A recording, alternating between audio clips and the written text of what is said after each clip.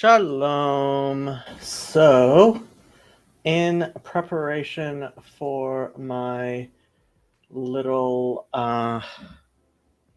conversation with Vocab Malone tomorrow, Vocab Malone is actually, let me just take this off. Vocab Malone is actually a street apologist who I guess specializes in the Hebrew Israelites. So these people are called all kinds of things: African Hebrew Israelites, Black Hebrew Israelites. I generally just call them clowns. And they are clowns. I mean, really crazy, stupid ideas. And the fact, um, yeah, I hope you like the thumbnail. Um, the um, the the fact that, I mean, people take them seriously. It's it's because of ignorance, really. I mean, they're kind of like flat earthers, but part of the problem, and maybe I should have brought this up, but there are professors who are trying to go after these Africana studies bullshit type things. What happened during the 60s, and this comes really from the whole CRT craziness that's been infecting our universities, is that, and this is something I want Vocab to talk about, actually, because he knows more about it than I do. But back, after slavery, there were attempts to kind of reconstruct some sort of identity for the descendants of slaves. And one way that was done, partially because during slavery, there were a lot of African Americans who really identified with the story of the Exodus, right? So, there were spirituals, and Harriet Tubman was called the Moses of her people, and that imagery was used a lot. And then you got people who got this idea into their heads that they're the actual Israelites, right? And I think, well, actually, I was surprised Vocab said that it's the British Israelites, which is the white equivalent of this. I mean, this. I think there has been interplay with the Christian identity white supremacists and the black supremacists. Um, these people are, I mean, they've been weaving together a story for themselves, and you get it out of positive Christianity, Christian identity, Hebrew Israelites, Black Hebrew Israelites, British Israelites. It's a whole bunch of confusion and stupidity.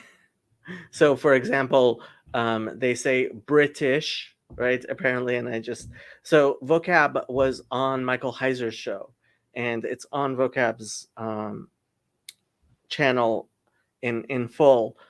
And so they say British, right? Britain comes from the word Brit, which means covenant in Hebrew, right?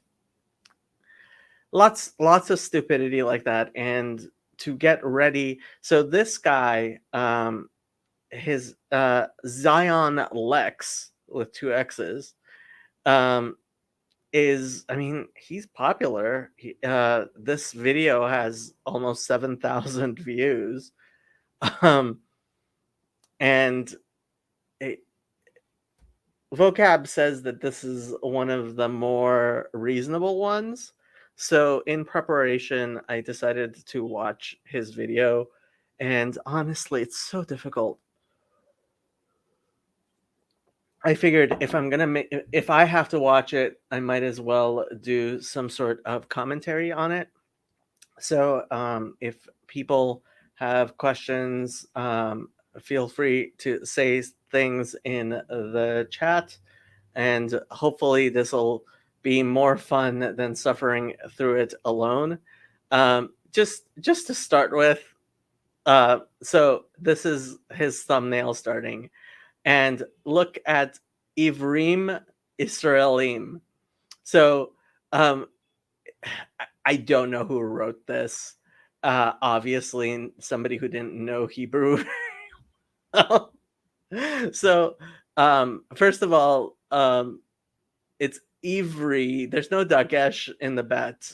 Like whoever vocalized this, really, I mean, doesn't know Hebrew. I'm sure. And so you'll notice the double yud, which is chirik male. So they have a chirik male, and then they have the double yud, which we write when something is not menukad. It's like, it's obviously somebody who doesn't know Hebrew grammar. And then instead of Israelim, it's Israelim. And it's missing the aleph, which really changes the meaning of the word. It's like, really, and it was just so perfect. He calls it Hebrew Israelites for Dummies, and I was like, yeah, I mean, basically you got it. It's for dummies. And it's so disrespectful to put the Shem Havaya on clothing, really, and then on like a COVID mask. For God's sake. But let's listen to this guy, and I mean, he does the clown thing. He has the soundboard. Right. Peace to everybody that's in the building. Shalom to all of those who are watching online, and to everybody who will later on rejoin us. And I am your brother Zion Lex of Zion Lex TV.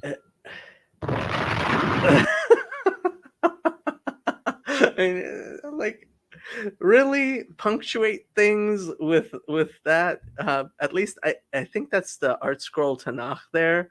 And he has a translation of the Zohar, and so he's not completely illiterate, and or maybe these are just, I mean, books for for show. We'll see. For those of you who are new to the channel, make sure you hit that subscribe button. Make sure you hit that like button. Also, make sure you hit that notification. Yes, for me to like and subscribe, please. Bro, so you can get all the notifications. Often I run into people that tell me that they're not always able to watch the live because they're simply not getting notifications. So just make sure that you got that bell button pressed. Make sure you hit that notification bell. That way when we go live, you're the first to know of it. And I could never pull off all that jewelry. Today's live stream is going to be me detailing for not just our community, but more so to people who are unfamiliar with what an actual Israelite is. And so today's live lecture, an actual Israelite. So yeah, because I'm not an actual Israelite. He is. is entitled Hebrew Israelites for Dummies. Right, where I'll be detailing all of the tenets necessary, which comprise what we call the Hebrew Israelite culture or way of life. I'll even attempt to differentiate it from what people refer to as modern Jewry or Judaism. Modern Jewry or Judaism, and here comes the sound effect. Having said that, what clowns! As you guys come in again, make sure you hit that like button. Make sure you hit that subscribe button. We're gonna get started immediately. The first thing that I'm gonna say is, what most people think of from the outset when they hear about an Israelite is they assume that Israelites are Muslim. These are So this is, I mean, obviously he's talking within the Black community, and yeah, I mean, within, I mean, they're like the Nation of Islam. There's a lot. So, frankly, I honestly, I blame our really horrible education system, which has been failing Black youth for many, many years. And so the Black community is plagued with illiteracy, innumeracy, and ignorance. And these guys are proof.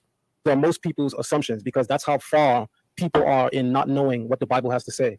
So that when you even bring up the term Israelite in a question of, hey, what's your religion or what's your faith? You know, what spirituality do you follow? You say, I'm an Israelite. People say, oh, what's that? Some type of Muslim? And many of you out there that know, you know I'm keeping it all the way true right now. And so what's interesting about that appellation is that it's not far off, because being a Muslim or Islam comes from Abraham's son through Ishmael, right? So it's not a far off, but it is certainly not what we characterize as being an Israelite. I have 30 years, well, I'm approaching 30 years in about 2 years of being in the Hebrew Israelite awakening. And the first thing that I want to say is the best way to crystallize what an Israelite is to say that an Israelite is a descendant of Abraham, Isaac, and Jacob. And so the main thing about being an Israelite is that you are descended from the bloodline biblical Israelites.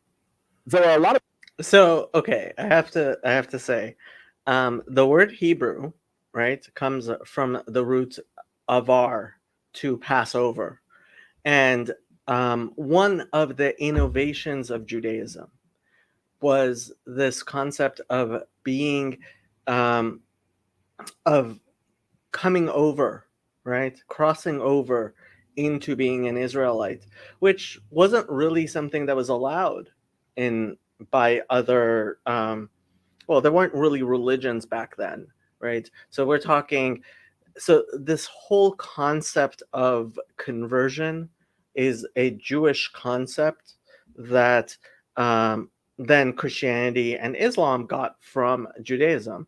You know, if you go to an actual Hindu, not one of the modern, you know, westernized Hindus or Buddhists, and you say you want to convert, there's no conversion process, there's no concept of conversion there, right?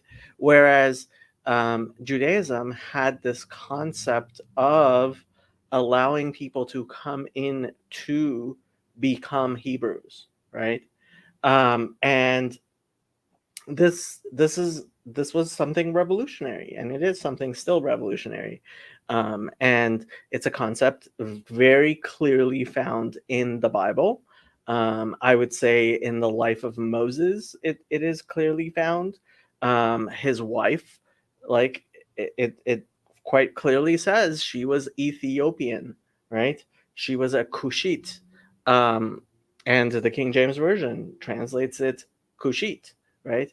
And there were people who had problems with that, and God said, "You're wrong."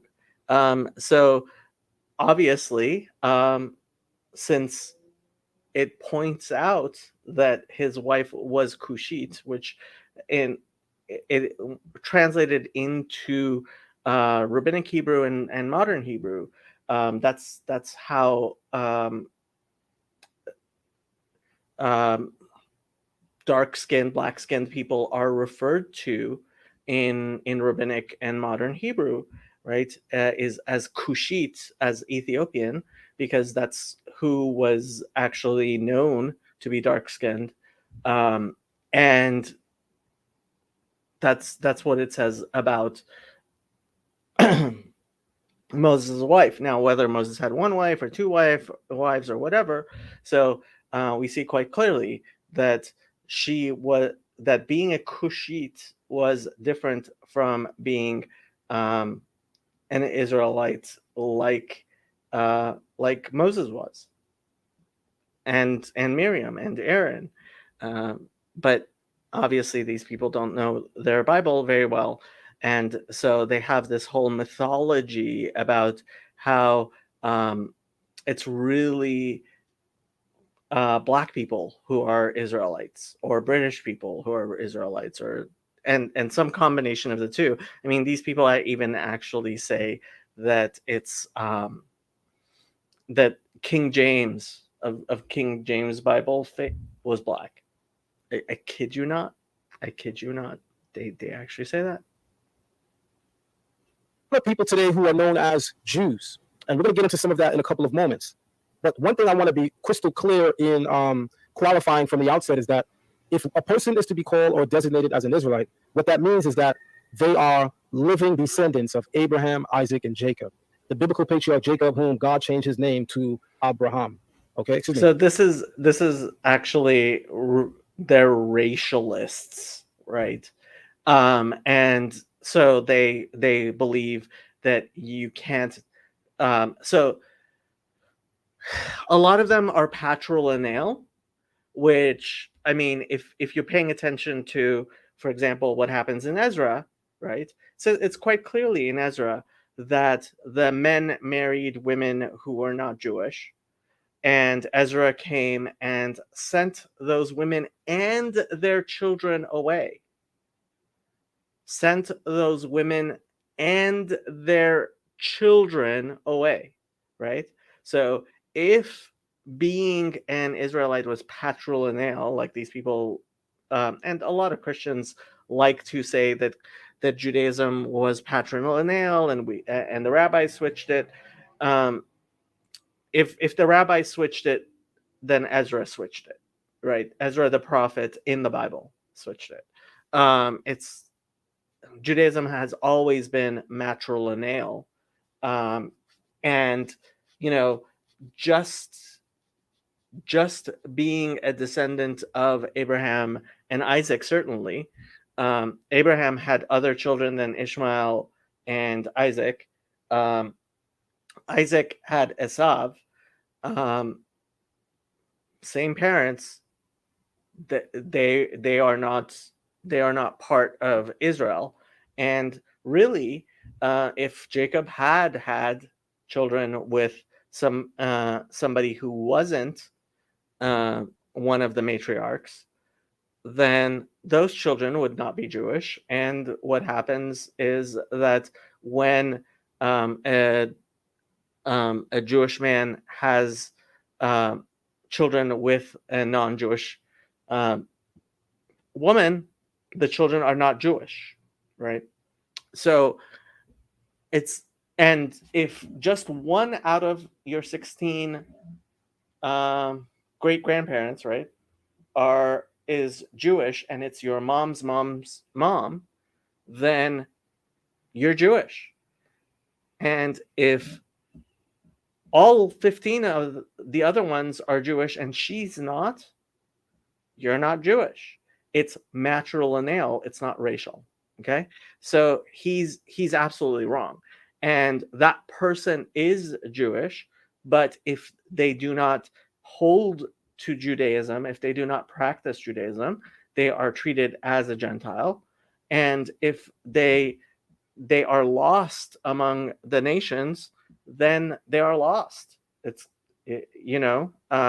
And if somebody comes and converts to Judaism, like, for example, Ruth did in the Bible, and she has children, those children are Jewish. And that's how King David, whose ancestor was Ruth, right, comes from Jewish stock, because goes down to his father. Even if Jesse was not Jewish, but his mother was, he would have been Jewish. But in any case, but we've always had converts to Judaism within the Bible. And David Melech Israel, right, David, the king of Israel, is a descendant of a convert. So, I mean, just plain wrong in so many ways. But nobody, like, these people don't know what they're talking about. Well, God changed his name, Slika, to Israel or Yisrael. And it says that Abraham was the father of many nations, right? So, in fact, generally in Jewish theology, we say that all of the nations are in fact descended from Abraham.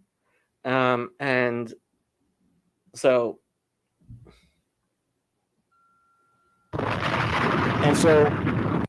that affords a brief look at what it means when someone says that they are an Israelite. They are a descendant of Abraham, Isaac, and Jacob. An Israelite is also someone who, according to the narrative of the Bible, is tasked with bringing all of humanity back into the fold.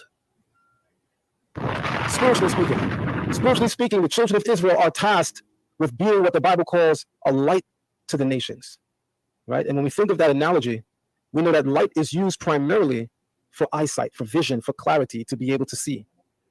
And so when the Bible uses this phraseology or terminology with respect to the Israelites, and it says that we are a light to the nations, it is essentially saying that the information that we carry, the knowledge, wisdom, and the understanding that we carry via our Torah is able to open the eyes of the blind and unclog the ears of the deaf. In other words, we are able to spiritually arm people with. And this already should explain to you why this whole Hebrew Israelite thing is silly, is because obviously these people are not the people who kept the Torah over the years. They're not the people who kept the tradition and were faithful to the Masorah, the tradition, and kept the Torah so that it could be a light onto the nation.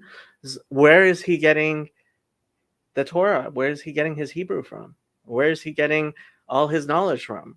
He's getting it from the people who are actual Israelites, who are the actual lights, right? Or Legoyim, right? The light of to the nations is the Jewish people, who, in fact, have been that for thousands of years. With the knowledge of God, which is a very, very important point to note, because a lot of people don't fully crystallize what it means to be an Israelite. You don't wake up one day and say, I'm going to change my nationality and I am going to call myself an Israelite. True. You have to, in fact, go to the people who are Israelites. And if you want to become part of our community, you have to be accepted by our community. You can't just claim that for yourself like these people do. Now, they believe, for no good reason, that they're the Israelites. And my question to them is, where'd you get that from? Who told you that? Right? You're obviously, I don't think your mother was teaching you that. So your father wasn't teaching you that. So it's not something that you've retained over the years the way that the Jewish community has. And honestly, scientifically, if you look at the genetic testing, were the actual Jews who were living in Israel 2,000 years ago, 3,000 years ago. So, you know, this idea, sorry, you're just because you wish you were Israel doesn't make it so. It's impossible. The only way that you can be an Israelite is if you are a living descendant of the biblical Israelites. As no, that's not true. The only way you can be an Israelite is if you have the Torah and you have received that Torah from your family, from your teachers. You have kept that tradition. You have kept the Torah, which God promises shall never be forgotten from Israel. God promises that. That it will be an eternal inheritance for us, right? Please see Deuteronomy at length. So at Sinai, we received this tradition, we became Israel at Sinai, actually, right? And everyone who was there at Sinai is part of Israel. And people can join our community by going through the correct steps of joining our community. But just because you wish it was so, um, that doesn't make it so, even if you could prove that you were in fact descended from um, Abraham, Isaac, and Jacob, which they can't. They they how are they proving this?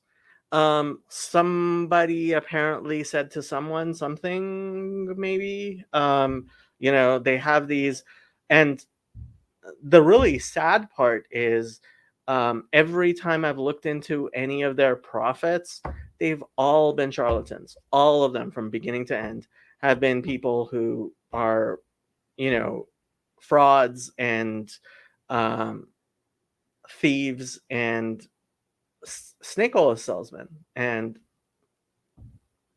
It's mentioned in the Bible. The Bible does talk about people who converted, right? The Bible talks about people who converted and call themselves Jews. no, see, that's the thing. Um, the word Yehudi, Jew, which is what we translate to be Jews, is in the Bible. It refers to people who, including, for example, Jonah, is called a Yehudi, Ish Yehudi, right? Are you going to tell me that Jonah is not a descendant of Abraham, Isaac, and Jacob? How do you know that? And I'm trying to think. Was Ruth? Let me see. The Book of Ruth is actually pretty short. I'm not sure that the Book of Ruth uses the word Yehudi or not. Let me go to Bible Hub and check for the word Yehudi. So, the word Yehudi, this is Strong's 3064, shows up in Kings, Nehemiah, Esther. So 76 appearances. 22nd Kings, Nehemiah, Esther. Lots of times in Esther. Jeremiah, Yehudi. Jeremiah, Zechariah. Yeah, it's not used in Ruth. So where do you get this idea that the people who converted are called Jews as opposed to Israelites? David is never called a Jew. As far as I can see, is David called a Jew? Let me see. It would be in Kings. Doesn't look like it to me. So the word Yehudi, Jew, Strong's, according to Strong's, is used 76 times in the Bible. And where do you get this from? All right, people who converted and call themselves Jews. And so there are a lot of people today walking around who call themselves Jews, and they refer to their religion as Judaism, and they say that we are Jewish. And I just got to say straight from the outset that I don't have why he has this sound. I mean, the soundboard is just so comical. Seriously, it's like, why are these people so clownish? have a problem with that, because that's right in the Torah.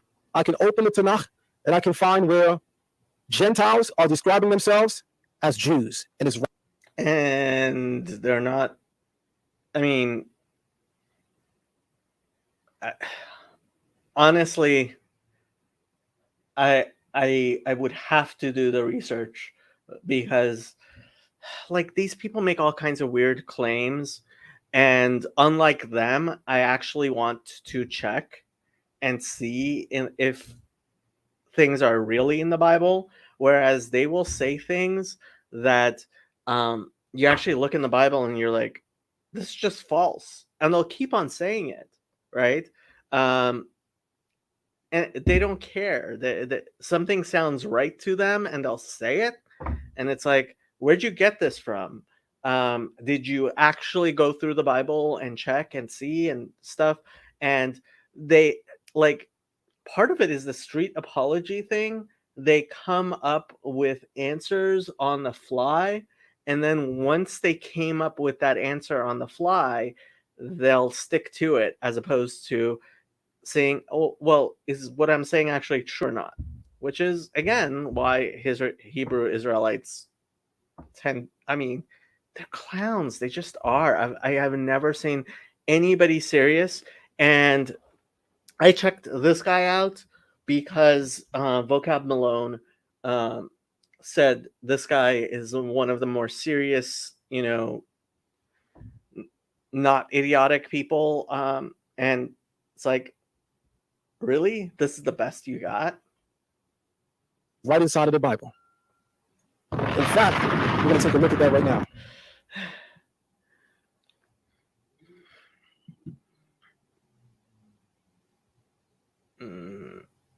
Right inside of the book of, where are we? Right inside of the book of Esther. Okay, so it says in Esther, Hamit Yahadim, right? The people who converted to become Jews. I think that's what he's going to talk about. Right inside the book of Esther, I believe it's something like chapter 9. There you go. I'll pull it out for you guys. In the meantime, family, throw up the video and share it live. Make sure you hit that notification bell. All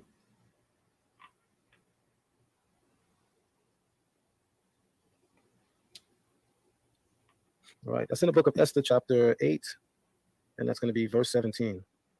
All right, Esther chapter 8, verse 17. I want to show you guys something real quick.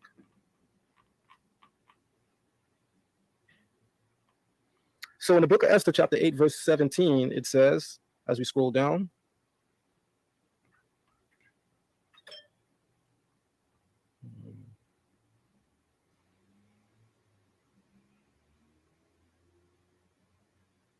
Mityahadim, yeah.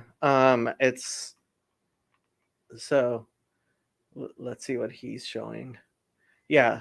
Well, he's using Safaria, which makes me think he's not but he's using the JPS translation. Okay, whatever. All right, so again, in the book of Esther, chapter 8, verse 17, we read something very, very interesting with respect to the term Jew, as used as an appellation or title to describe how one comes into conversion in following the laws of the Torah. And it reads,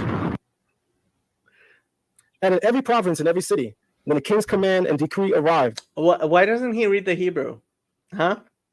Does he not know it? Uvechol medina umedina, uvechol ir va'ir, mekom asher davar hamelech vedato magia simcha v'sason leyehudim mishte ve'yom tov, ve'rabim me'amei ha'aretz mityahadim ki nafal pachad hayehudim aleihem. Right? And this is where the word Yehudi is used as a verb in the hit pa'el, right? It's the reflexive or the repetitive, right? So mit yahadim, and yeah, I mean, okay. There was gladness and joy among the Jews, a feast and a holiday, and many of the people of the land professed to be Jews. For the fear of the Jews had fallen upon them. So again it says, and many people of the land professed to be Jews, or they call themselves. Why isn't he? The word is mityahadim. Jews. All right. Now, what's interesting about this, again, is that this passage is directly mentioned in the Bible in Esther chapter 8, verse 17. The Hebrew word is mit yahadim. That's this word here that I'm going to highlight on the screen. That's mit yahadim. Okay? And if we read it by Ivrit, it says, we rabim me ame haaretz mit yahadim. Okay? Which is, and Okay, he knows Hebrew. I'll give him that. He's reading the Hebrew and he seems to know it. many people of the land call themselves or made themselves Yehudim, or what we call Jews. Okay, what's important to note is that the Hebrew word for profess to be Jews is the Hebrew word that I have highlighted on the screen, which is mit yahadim. Mit yahadim. This one word in Hebrew means in part a Jew, but it's prefaced with or prefixed with what we call the hipael verb stem. Okay, so the word is in the hipael verb stem, right? The construct form. And the first thing we have to note about this particular verb stem is that whenever you take a Hebrew verb and you modify it based on what we describe as the hipael verb stem, then what we're saying is the subject of the sentence is doing or causing something to happen to themselves. They're doing something to themselves or causing something to happen to themselves. So the word mit yahadim means to make yourself a Jew, literally in Hebrew, to make yourself a Jew or to cause yourself to be a Jew. And that's important. That's important because the first thing you understand about this is it's self-inflected or he's taking the mit yahadim a little bit too far. Hitpa'el. So when I say to you lehitraot, until we see each other, right? Honestly, I mean, he's taking it too far, and he's deliberately not talking about Ruth. So inflicted.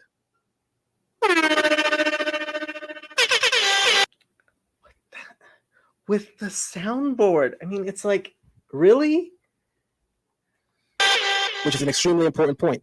And so I always tell people, be very, very careful of trying to invalidate the term Jew, right, in the Bible, because in the Israelite community, we seem to have this weird notion that a Jew is always a convert, and that's not the case.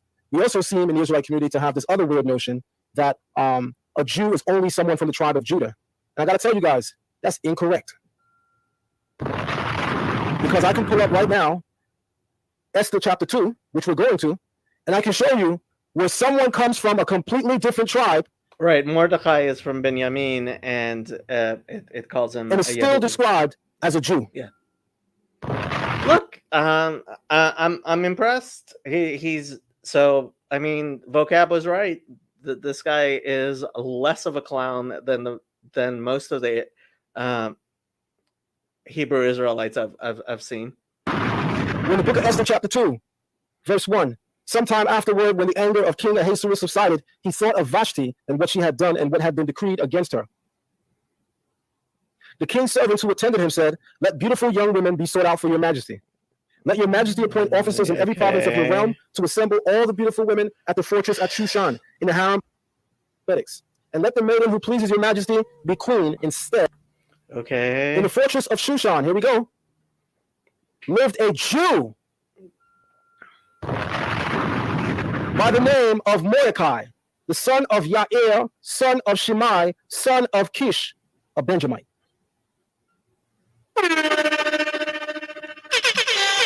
Right inside of the Hebrew. Okay, should I get one of these soundboards?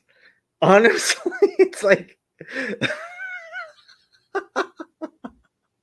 like I guess it's entertaining. Bible, you have someone from the tribe of Benjamin being described as a Jew. And so what's important to note is that this is during what's called the Persian captivity. All right, this is during what's called the Persian captivity. And during this time, much of the people who remained in the land of Israel were mostly people who belonged to the tribes of Judah, Benjamin, and Levi. Or in Hebrew, Yehuda, Binyamin, and Lewi. All right? All right. Moderators, feel very free to control the room as much as you need to. Anybody comes in here and disrespects moderators, do what you got to do. Right? If you need to block people, block people. That's what we do. All right. Thank you. All right. So again, it says here clearly, there lived in the fortress of Shushan a Jew by the name of Mordecai, son of Yair, son of Shimei, son of Kish, a Benjamite. So this is a proof text right inside the Bible that someone can be from a tribe other than Judah and could still be recognized by the Hebrew term Yehudi or Yehudim. Because when you look at it in the Hebrew, that's exactly what he's called. Right? It says Ish Yehudi, a Judite man or a male Jew, a Judite man or a male Jew. So right inside of the Tanakh, Mordecai from the tribe of Benjamin is described as a Yehudi, which is the Hebrew word for Jew. That's important to take away. Now, going back to Ezra chapter 8, I want to show you this again. He means Esther, because I would be really interested what he has to say about Ezra. I believe it's 1 or 2, which talks about sending the children back.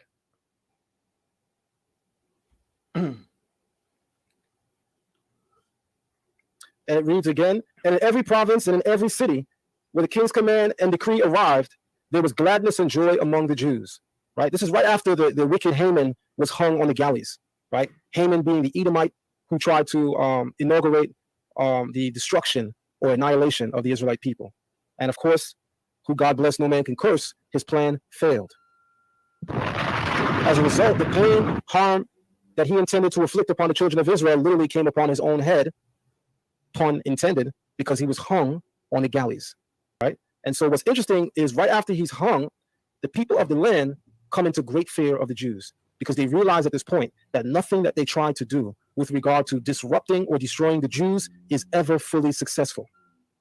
And so we read in verse 17 in Esther 8, in every province and every city when the king's command and decree arrived, there was gladness and joy among the Jews, a feast and a holiday.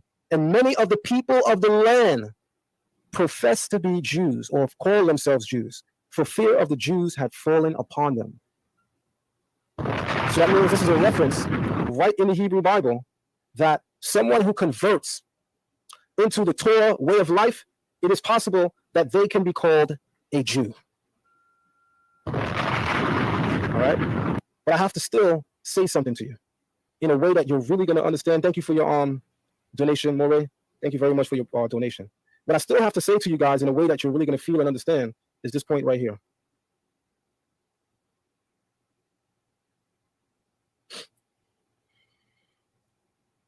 While it is true that anybody who converts can be called a Jew, in order to be called an Israelite, you have to be a bloodline descendant of Abraham, Isaac, and Jacob.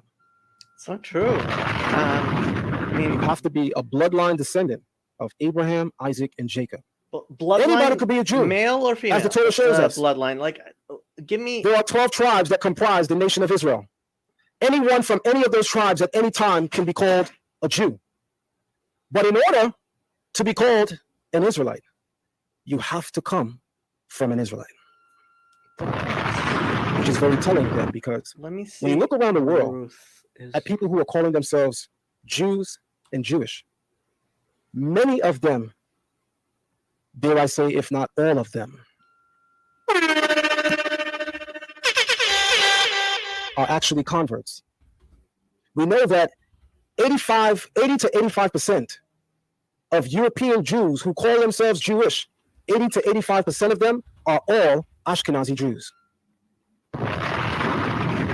And then what we know about Ashkenazi Jews is they converted. The term Ashkenaz, and I'm going to be doing a live stream on that later on this week, was originally applied not to the Rhineland, Germany, but it was originally applied to a people who lived between the Black and Caspian Sea, a people who are known in modern days, even though they go back to the Middle Ages. By the way, I'm not Ashkenazi, so like, define your terms, right? Are you talking about matrilineal descent, patrilineal descent? What are you talking about? And where? Show me in the Bible where it says, where it distinguishes this way. It's like this is it's anti-Semitic. It is like this Khazar idea, like the Khazars are the ones who became the Ashkenazi Jews. It's like, and when you talk to the vast majority of Jews, like this is so out of left field. They've never heard of any of this stuff. They don't know how to respond to it. Age as the Khazarians. And so the huge distinction that we will make from the outset about the use of the term Israelite is that when you see people identify themselves as an Israelite, they are saying, whether they know it or not, that they are living descendants of Abraham, Isaac, and Jacob. Okay. And on the same token. Okay. Ruth chapter 4. Okay. Obviously, if you read the book, if you read the whole thing, you'll see that Ruth was not Jewish, right? She was a Moabite. She then comes and marries, and chapter 4, starting verse 13. Boaz took Ruth. When they came together as husband and wife, the Lord enabled her to conceive, and she bore a son. Then the women said to Naomi, "Blessed is the Lord, who has not failed to provide you today with a redeemer. May he become famous in Israel. He will restore your life and be the support of your old age. For his mother is the daughter-in-law who loves you.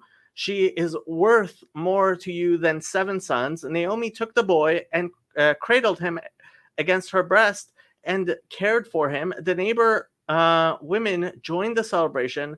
A son has been born to Naomi. They named him Obed. He was the father of Jesse, the father of David, right? These are the descendants of Peretz. Peretz was the father of Hezron. Hezron was the father of Ram. Ram was the father of Aminadav. Aminadav was the father of Nachshon. Nachshon was the father of Salma. Salma was the father of Boaz. Boaz was the father of Obed. Obed was the father of Jesse. And Jesse became the father of David, right? And so David is called Israel. And then let's go look at Ezra. I think it was, which chapter was it? Not chapter 1. Ezra chapter 4. Let's see here.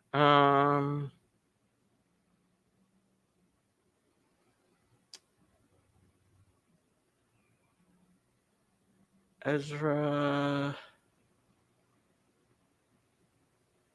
Okay. Ezra chapter 9. Okay. The crisis of mixed marriages. Let me read this from the King James, because these people believe in the King James. Chapter 9. Now, when these things were done, the princes came to me, saying, "The people of Israel and the priests and the Levites have not separated themselves from the people of the lands, doing according to their abominations, even of the Canaanites, the Hittites, the Perizzites, the Jebusites, the Ammonites, the Moabites, the Egyptians, and the Amorites. For they have taken of their daughters for themselves and for their sons, so that the holy seed have mingled themselves with the people of those lands. Yea, the hand of the princes and rulers hath been chief in this trespass. And when I heard this thing, I rent my garment and my mantle, and plucked off the hair of my head and of my beard, and sat down astonied. I guess it should be astonished. Then were assemblies unto me, every one that trembled at the word of the God of Israel, because of the transgression of those who that had been carried away. And I was astonied until the evening sacrifice. And then, what did he say? Now there, verse 12. Now therefore give not your daughters unto their sons, neither take their daughters unto your sons, nor seek their peace or their wealth forever, that ye may be strong and eat the good of the land, and leave it for an inheritance to your children forever. And after all this is come upon us for evil degree, and then what does he do? Weeping, proclamation.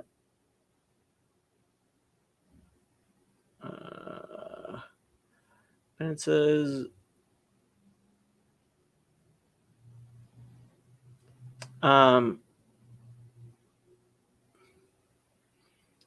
so this is chapter 10, verse 11. Let's start with 10. And Ezra the priest stood up and said unto them, Ye have transgressed, and have taken strange wives to increase the trespass of Israel. Now therefore make confession unto the Lord God of your fathers, and do his pleasure, and separate yourselves from the people of the land, and from the strange wives. Then all the congregation answered and said in a loud voice, As thou hast said, so must we do. But the people are many, and it is a time of much rain, and we are not able to stand without, neither is this a work of one day or two, for we are many that have transgressed in this thing. Let now our rulers of all the congregation stand, and let all them which have taken strange wives in our cities come at appointed times, and with them the elders of every city, and the judges thereof, until the fierce wrath of our God for this matter be turned from us. And then verse 16, and the children of the captivity did so, and Ezra the priest, with certain chiefs of the fathers, after the house of their fathers, and all of them by their names, were separated and sat down in the first day of the 10th month to examine the matter. And they made an end with all the men who had that had taken strange wives by the first day of the first month. And it gives a list of their names. Verse 44, all these had taken strange wives, and some of them had wives by whom they had children. And then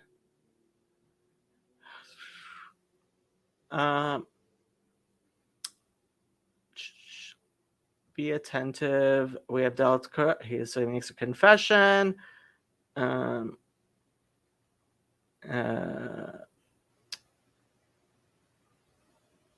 Where?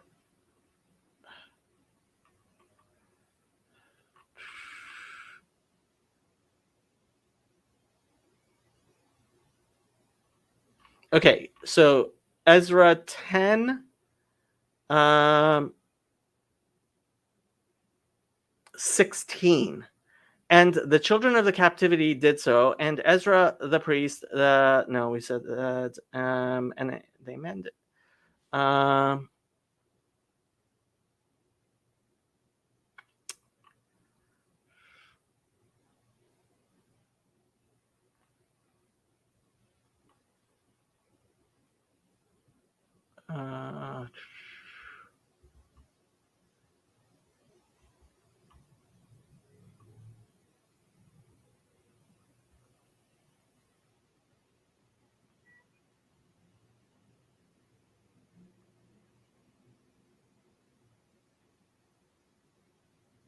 Let me see if I can find this.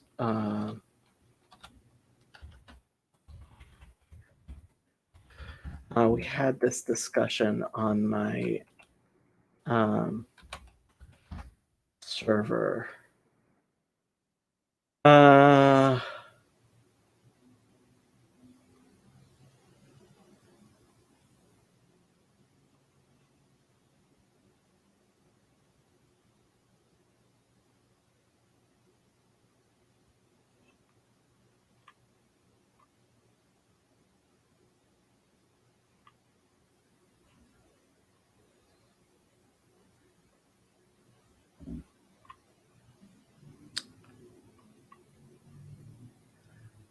Okay, no, that's not it. Although, I mean, okay, so Psalm 116:16, right? It again a proof that it is matrilineal. Where did I put I found our discussion. I can't find the verse.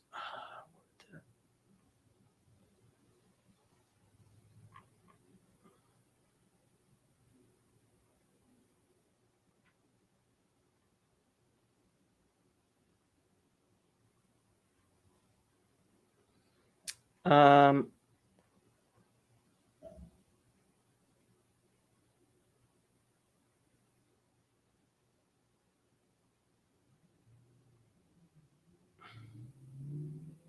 okay, I'm not gonna be able to find it right now, but read Ezra. And yeah, I mean, even the parts that we read, they had children with these women who were not Jews, and they sent them away.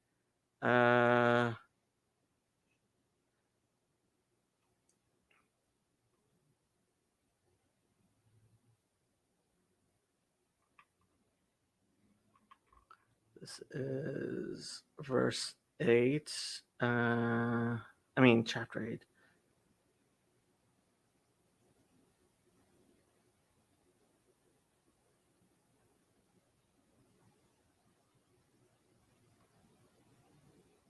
Okay, I'm not gonna take forever doing this, even though I really want to. But Ezra sends away the children with their mothers because they were not Jewish. So just because your father is Jewish doesn't make you Jewish. It just doesn't work that way. When you see people who self-identify as being a Jew or Jewish, of European stock, that is, you're talking to someone who is a convert. And so what people must know is that based on the Bible, anybody can be a Jew. You can change the religion of your ancestors. And once you convert, after I believe I mean, the Bible mentions there are some limitations, but that's only for the person who converts, not their children. And their children become part of Israel. So even if it were true, which it's not, that that all the Ashkenazi Jews are descendants of converts, and we know this is not true because their Kohanim have the same Y chromosome as all the other. So they are descendants of Aaron. You can look at this in the DNA evidence as well, even though it wouldn't even matter. So the Kohanim, the priests, are actually descended from thing. Should I find this? Y chromosome. Kohen.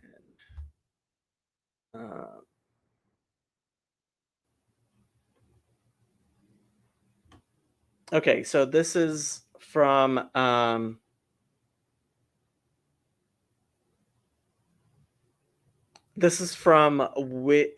Wikipedia, and you can look up Y chromosomal Aaron. It's so hard to change the page you're sharing on here. Let me do that again. Share screen, Chrome tab. Okay, so this is Wikipedia. Y chromosomal Aaron is the name given to the hypothesized most recent common ancestor of the patrilineal Jewish priestly caste known as Kohanim. According to the traditional understanding of the Hebrew Bible, this ancestor was Aaron, the brother of Moses. While some early genetic studies were seen as possibly supporting the traditional biblical narrative, this view was subsequently challenged, with some researchers arguing that the genetic evidence refutes the idea of a single founder of the Jewish Kohanim who lived in biblical times. However, recent studies have provided further support for the model of descent from a common ancestor who lived in the First Temple period by demonstrating that Kohanim from different Jewish communities form a tight cluster, which is specific to the Jewish Kohens. The original scientific research was based on the hypothesis that a majority of present-day Jewish Kohanim share a pattern of values for 6 YSTR markers, which researchers named the extended Cohen modal haplotype. Subsequent research using 12 YSTR markers indicated that about half of contemporary Jewish Kohanim shared Y chromosomal J1 M267, while other Kohanim shared a different ancestry, such as haplogroup J2A. The latest studies using single nucleotide polymorphic markers have further narrowed the results down to a single subbranch known as J1B877, right? So these people are you can look into it, Y chromosomal Levy, and I mean, honestly, it's like not that I am solely going off of what is here in the genetic research, but if you aren't going to go according to Jewish tradition, and you're claiming, so explain this one, right? One marker, however, present in more than 50% of Eastern European Ashkenazi Jewish Levites points to a common male ancestor or very few male ancestors within the last 2,000 years for many Levites of the Ashkenazi community. Again, these are genetic results which show this whole Khazar thing is bullshit. And we're not even talking about I mean, do any of these Black Hebrew Israelites have anything even comparable, even partially to anything like this? No, they don't. It's just completely made up BS. So yeah, let me switch back to the other screen.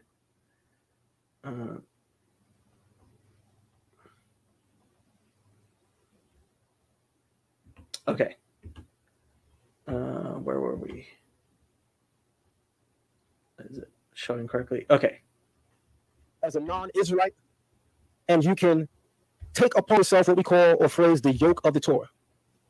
And once you undergo a measurable measure of conversion, then it is absolutely possible for you to call yourself a Jew.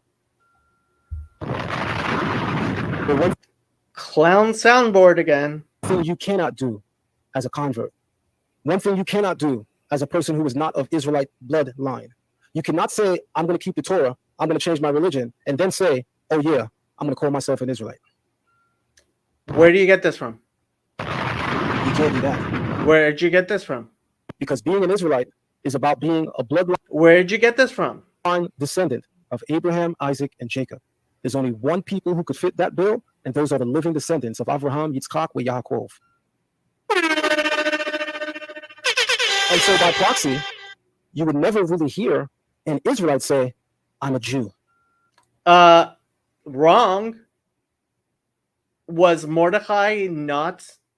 Jonah not an Israelite? Was Mordecai not an Israelite? I mean, this is the first time I've had to deal with this, so it's like, but yeah, even though technically every single Israelite is a Jew.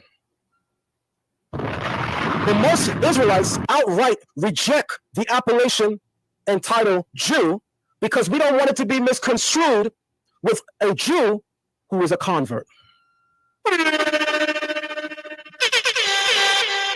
And so we prefer. Where'd you get this from? Where in the Bible did you get this from? The term Israelites.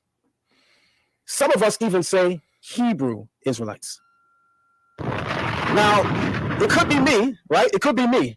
But I heard somewhere that the term Hebrew Israelite is either an oxymoron or a misnomer of some type. And I gotta tell you, I don't know what Bible people are reading when they make some of these statements. But I do have to tell you, they're clearly not reading any Bible that's rooted in the original Hebrew language and tongue. Because there are several places in the Bible where the people who are designated as Israelites are also called Hebrews. So when we say that we are Hebrew Israelites, it is perfectly in sync with the teachings of the Bible. Let me pull up my first receipt and show you.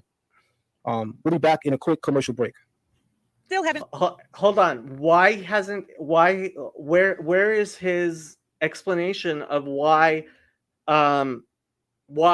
Israelites shouldn't be called Jews?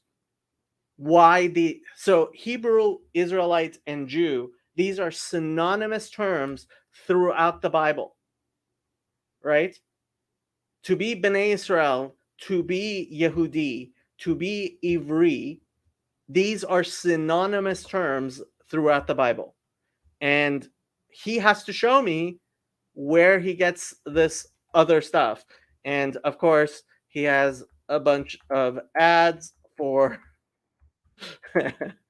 hair products, whatever. Quick, to show you where the same people we know as Israelites are also described as Hebrews.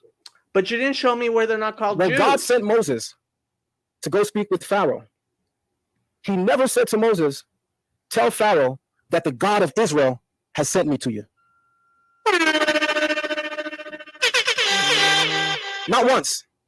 In every single occasion in the narrative of Exodus, when the Creator is speaking to Moses, he said, you shall tell Pharaoh that the God of the Hebrews has sent you to him. Let's check that out real quick.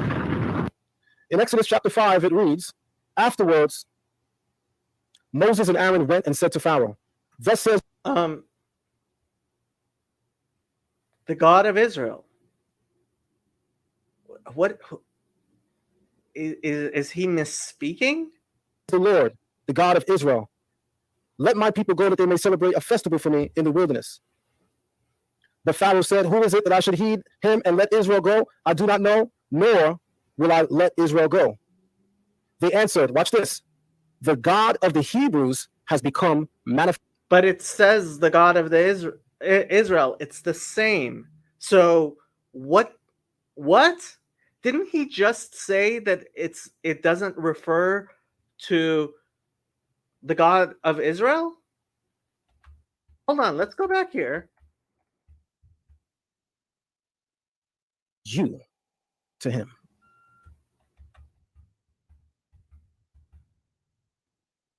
To go speak with Pharaoh.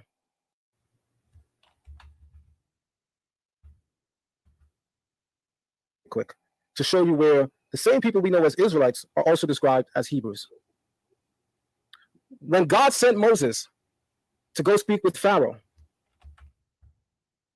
I'm going to now take you to the book of Exodus really quick to show you where the same people we know as Israelites are also described as Hebrews.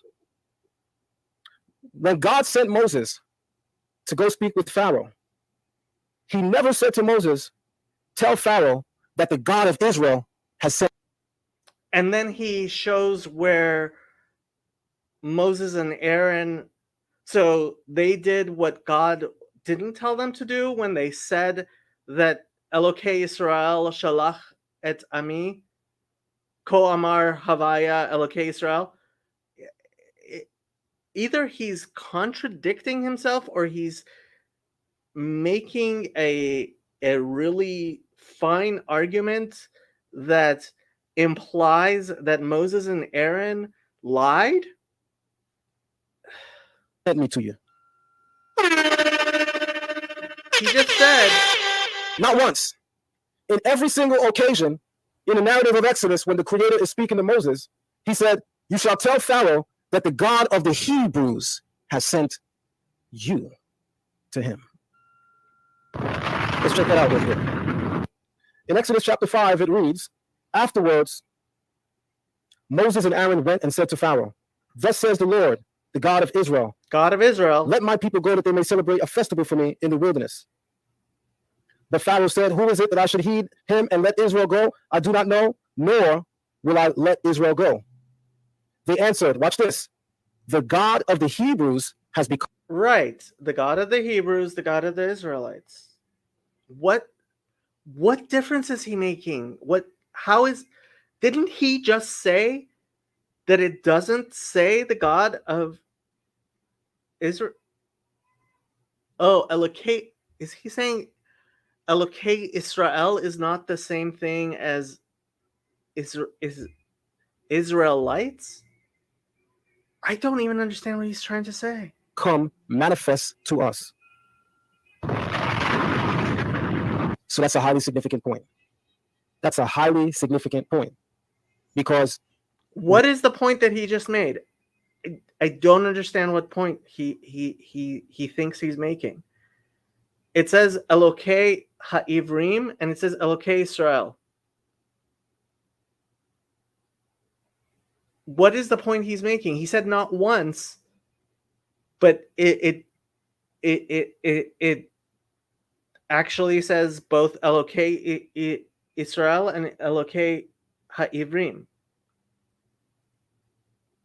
Right where you find the term Israel, as God is speaking to Moses to Pharaoh, you find the term Hebrews. But what was he just saying? Hebrew, Ivrim, Ha'ivrim, the Hebrews. So in the book of Exodus, we have a passage that references the term Hebrew and Israelite. So, yeah.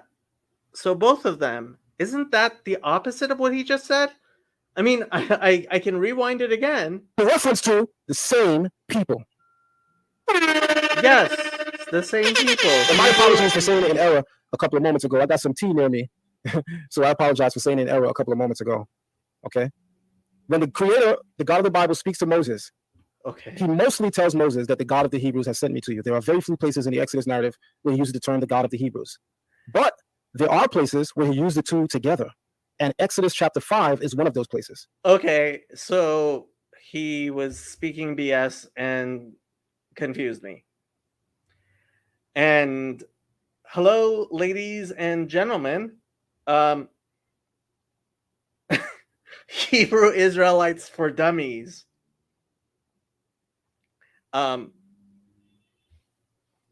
mean, did he just prove WTF? Because we read in the first verse, afterward Moses and Aaron went and said to Pharaoh, thus says the Lord, the God of Israel, let my people go that they may celebrate a festival for me in the wilderness. But Pharaoh said, who is the Lord that I should heed him and let Israel go? I do not know the Lord, nor will I let Israel go. They answered, the God of the Hebrews has manifested to us. Let us go, we pray, a distance of 3 days into the wilderness. And so right in the Bible, you have a reference to someone being called an Israelite and a Hebrew, and it's the same exact. Yes, it's the same exact thing. A Hebrew, an Israelite, and a Jew, Yehudi. A Yehudi is just a later term. It's not used in the Torah. It's used, actually not in the, well, not in the Nevi'im either. It's Ketuvim. It's a later term, but it's a term for the same thing. Exact people. And there's another place in the Bible where an Israelite describes himself as a Hebrew. Let's go down to the book of Jonah. In the book of Jonah, it reads, the words of the Lord came to Jonah, son of Amittai. Go at once to Nineveh, the great city, and proclaim judgment upon it, for their wickedness has come before me. Jonah, however, started out to flee to Tarshish from the Lord's service. He went down to Joppa and found a ship from the service or presence of the Lord. He went upon the sea, and such a great tempest came upon the sea that the ship was in danger of breaking up. In their fright, meanwhile, had gone. Okay, you don't need the captain went over to him and cried out, How can you be sleeping? So say perish, on whose account this misfortune has come upon us. And it says, they said to him, tell us, you who have brought this misfortune. Right? People, And he says, are you Ish from? Yehudi. And from. And what does Jonah say? I am a Hebrew. Yes, it says I am a Hebrew, but it also then says it is. And so once again, hold on. It also says he's a Jew. Okay, now I have to Jonah Jew. Jonah. Where was that?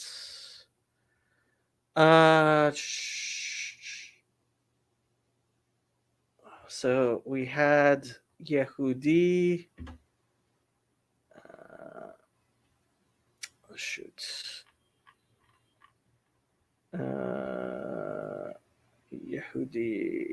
Yehudi from thing. So again, in Jonah, it calls him. Where is it?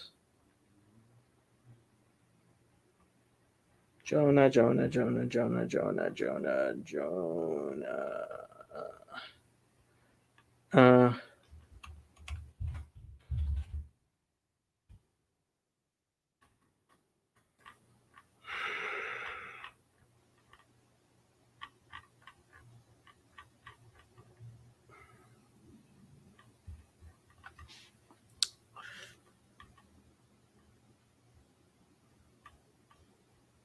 Maybe I'm wrong. I thought it was in Jonah. Calls him a Yehudi. Let me check.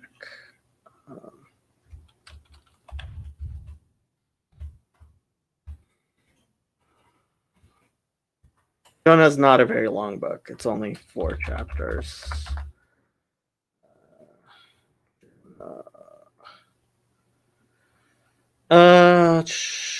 Tarshish.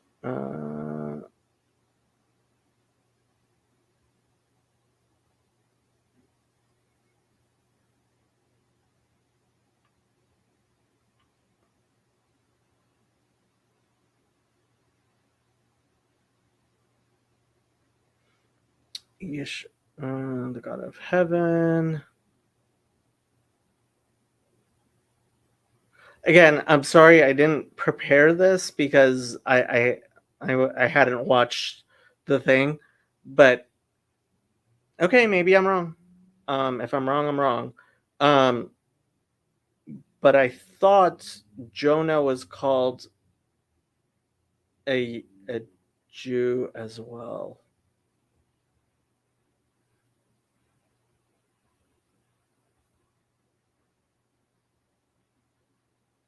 Guess not. I mean, Jonah is a very short book. I guess it's Hebrew, not thing. Okay. I mean, if I'm wrong, I'm wrong. I'll have to check later. For people who are clearly not astute in the Bible's teaching, to where this even needs to be clarified to you, when we say that we are Hebrew Israelites, that is a perfect description of who we are based on the teachings of the Bible. We are Hebrews because of our relationship to Father Abraham. He was the first person in the Bible to be called Ha-Ivri, the Hebrew. He's the first person in the Bible to be called Ha-Ivri, meaning the Hebrew. Abraham is, yes. We are Israelites because Abraham has a son by the name of Isaac, who in turn has a son by the name of Jacob, and whom God changed Jacob's name to Israel. And therefore, there is nothing wrong whatsoever in identifying ourselves as Hebrew Israelites. There's no point in calling yourself a Hebrew Israelite. It's the same thing. That's why it's silly. As opposed to the non-Hebrew Israelites, which Israelites aren't Hebrew? And I guess, I mean, you could make an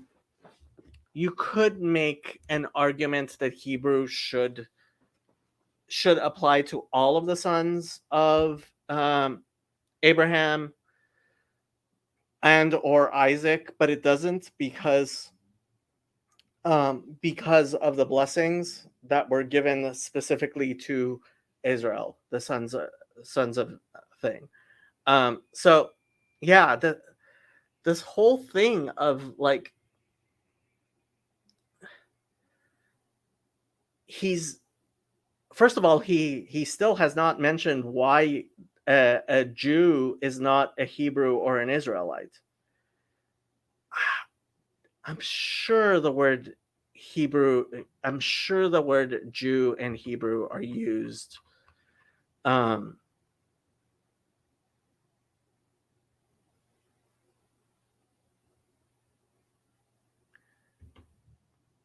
of the same people.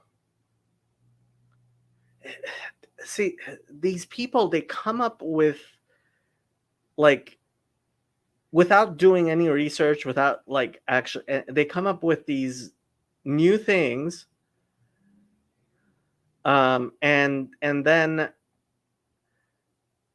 I have to go looking to correct them, and because the term Hebrew would show our connection to Father Abraham, and the term Israelite would show our connection to God Most High. I'm going to say it again. In calling ourselves Hebrew Israelites, there is nothing wrong with that title or appellation whatsoever. Because when we say that we are Hebrews, we are first and foremost identifying with the earliest biblical patriarch, Abraham. And when we say that we are Israelites, we are identifying with the idea that the Creator, or God, is our Father. how Just as we read in the book of Malachi. Okay, so this is that, as opposed to God is not the Father of who? Chapter 2, verse 10. Have we not all one Father? Has not one God created us all? All. Not so God created all of humanity. As opposed to who? Who's not a child of God? And God says in the book of Exodus chapter 4, verse 22, Israel is my son, even my firstborn. And so by identifying as Israelites, not only are we saying that we have a bloodline relationship with those patriarchs that... So this is Christianity coming through.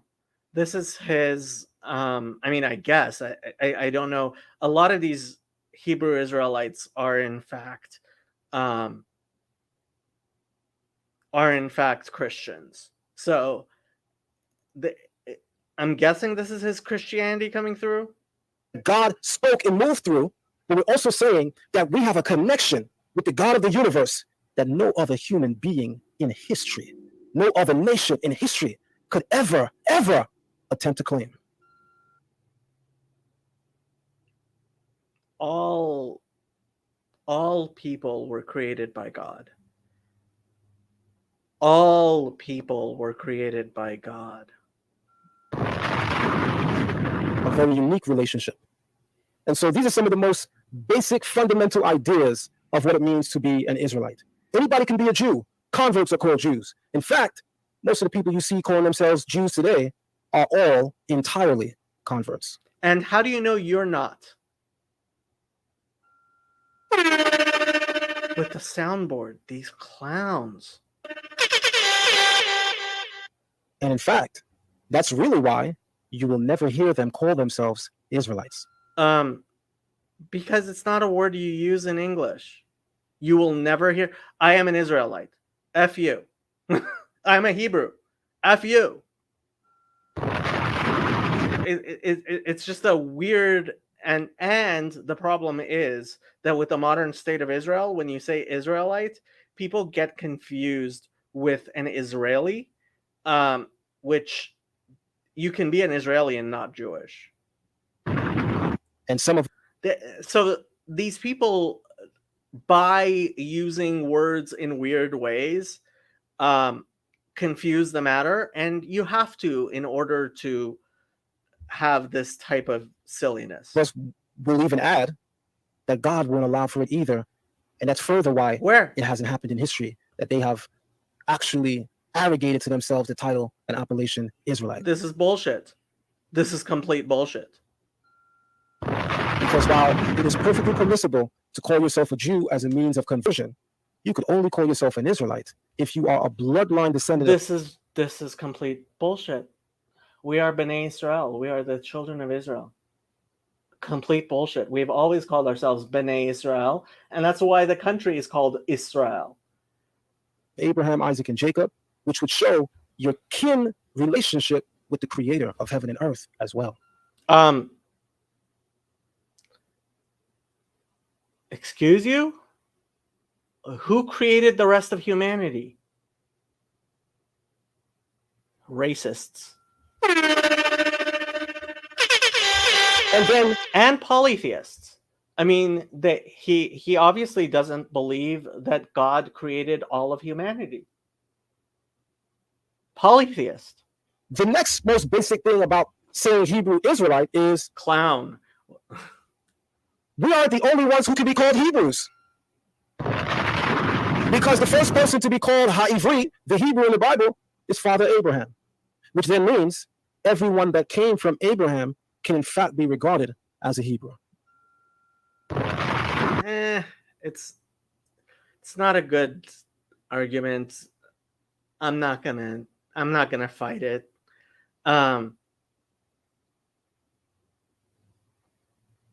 If you want to call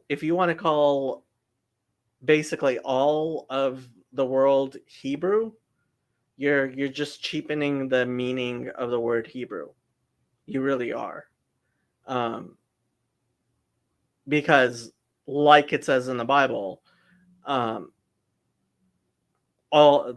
all of the nations will be blessed by Abraham. Which means Ishmaelites, the people who are regarded today as Muslims, even they fit the title Hebrews. I know some of the people in the Israelite community won't be ready for this next one, and I'm surely controversial enough, with a little bit testicular fortitude enough to even dare say the soundboard. Why are these people always clowns? That even Esau and Edom are also Hebrews. Because they are all descendants of Abraham. And so the further meaning of saying that I'm a Hebrew Israelite is also to differentiate me from a Muslim who can easily be. As opposed to the non-Hebrew Israelites? Who are the non-Hebrew Israelites? So just call yourself an Israelite. Regarded as a Hebrew as well. The thing is, I mean, they're hanging on to this word Hebrew Israelite because they are all splinters of the same silly group. So when we say that we are Hebrew Israelites, it's to add that further distinction in an era where so many people kind of sort of fit the appellation, but are not quite so what God is talking about.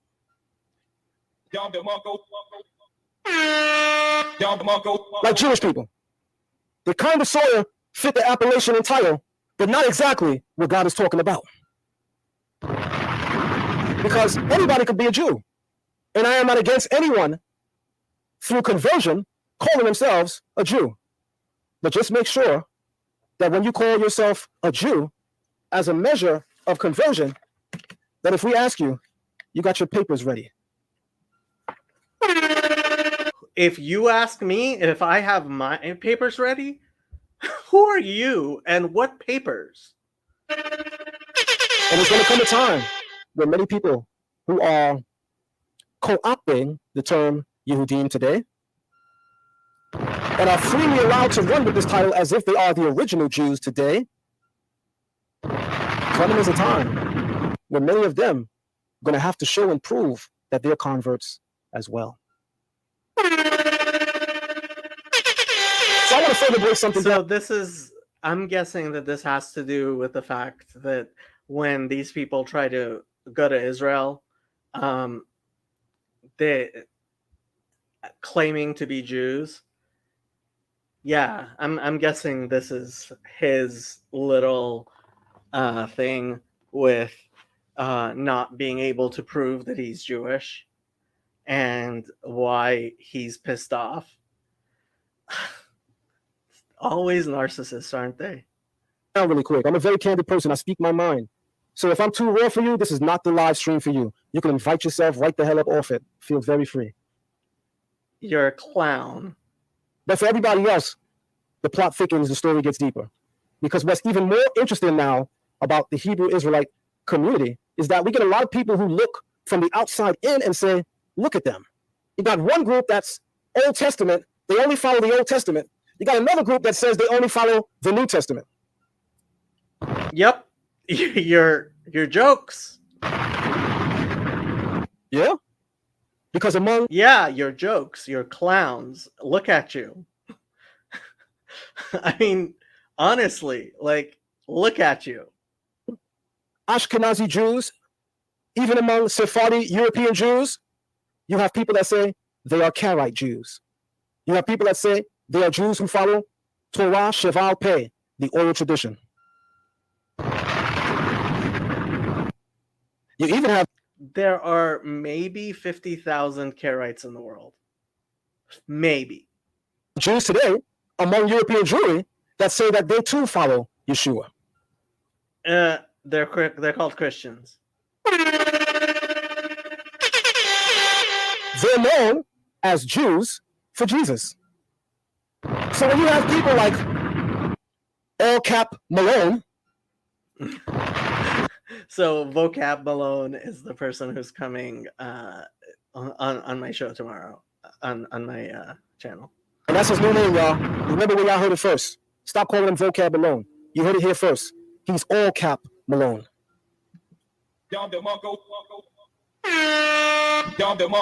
So when you have people like All Cap Malone who have this weird and sick hard-on for attacking Hebrew Israelites, did he say hard-on? What a clown.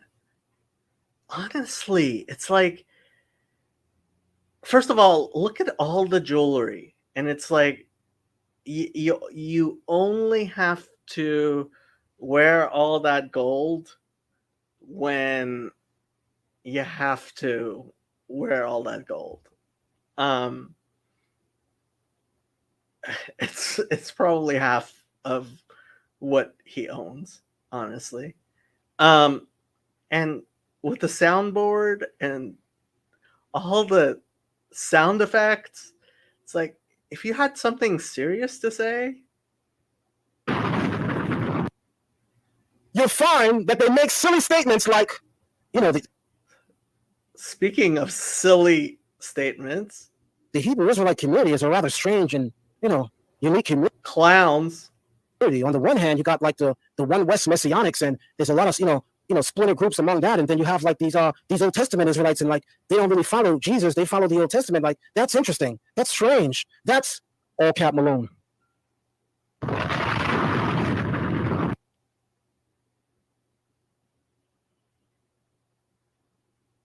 What happened? Where'd you go? And so what's interesting then is that you have people like All Cap Malone that look at these differences and say, that's strange. That's rather weird. When it's an actual fact that you have European Jews that call themselves Jews for Jesus.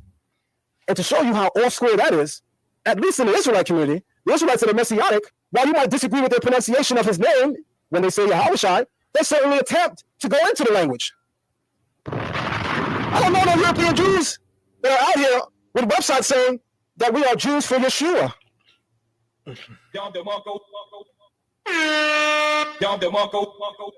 And so I'm a person that I enjoy calling people out for their own hypocrisy when it comes to the things that they have to say about the Bible. All right? I don't get personal with people.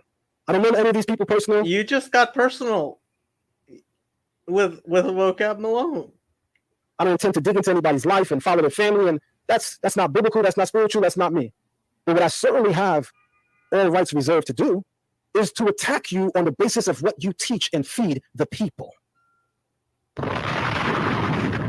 And so I don't like when people speak with what I would call a forked tongue, because the same divisions and subtle variations that can be found in the Israelite community are the same divisions and subtle variations that can be found among European Jewry. You don't have one type of Jew. There are many types of Jews. There's no one type of European Jew. When you go into the European Jewish community, you have Jews that call themselves Mitzraki. It's Mizrahi, not Mitzraki. You have Jews that call themselves Sephardi. You have Jews that call themselves Ashkenazi.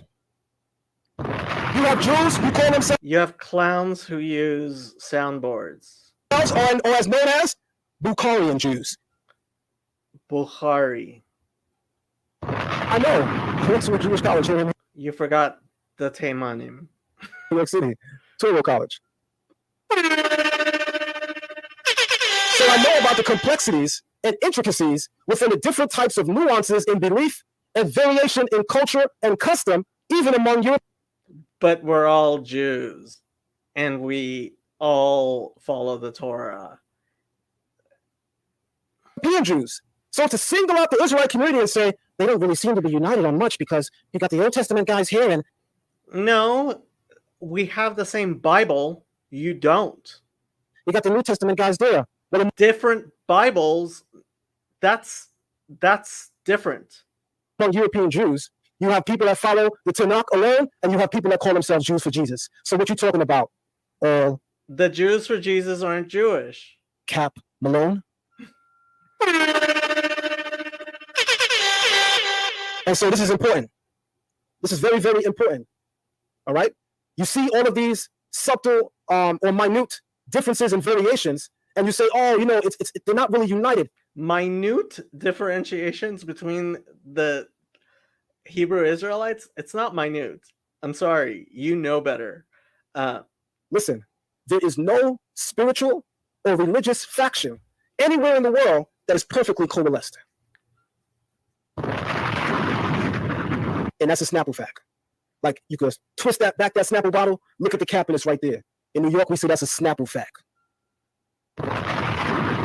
And so, to point out some of those differences in the Israelite community and act as if it creates a hedge among us, or it in any way reflects on us not having a sound understanding of the Bible as a collective, well, if we would take all of that into consideration and apply it to European Jewry, then certainly the same could be said. So why don't we find All Cap Malone making videos about European Jews? Because we're not clowns. And I'm not European, by the way. But we're not clowns. Instead, he focuses on Israelite groups that have extremist views.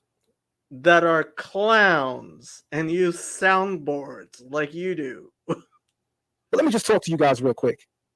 Let me talk to you. And let me say something to you.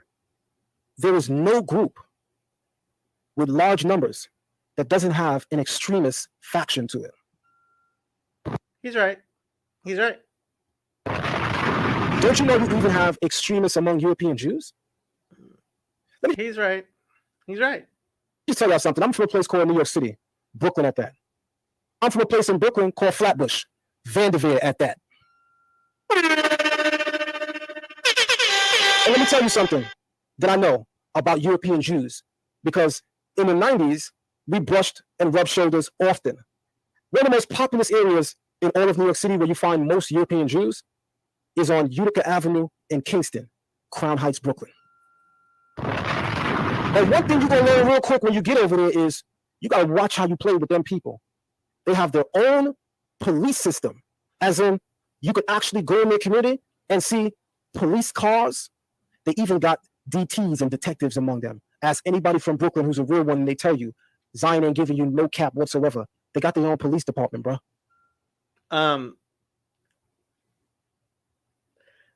There is security, and that's because some communities actually are homogenous. Well, not homogenous, but are in fact connected with each other and look out for each other. And there's Hatzalah, and there's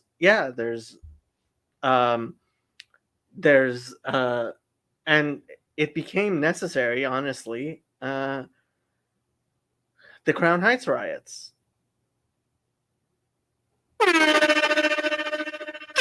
They also have their own ambulance. In fact, that's what sparked the Crown House riots. Yeah, there were ambulances, but what sparked the Crown Heights riots was race pimps like Al Sharpton. Um, the Hatzalah will monitors only that area, but they help Jew and Gentile. And the lie was that they did not help the kid who was killed. Unfortunately, the kid had been killed already. He was dead. In the early 90s. Because you had a European Jew who was driving the then considered Messiah among European Jews, a guy known as Rabbi Yitzchak Sneerson. Menachem Mendel Schneerson, not Yitzchak Schneerson.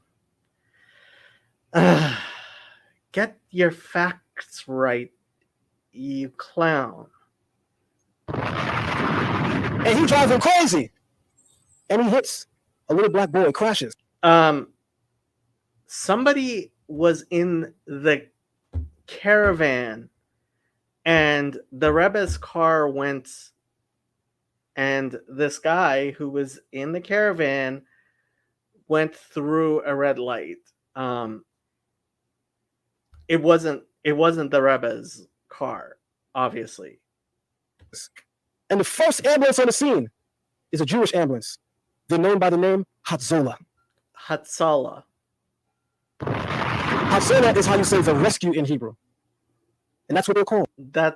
You're saying it in Yiddish, Hatzolah, with a kumatz. That's in Hebrew it's Hatzalah, but whatever. In fact, let me show y'all.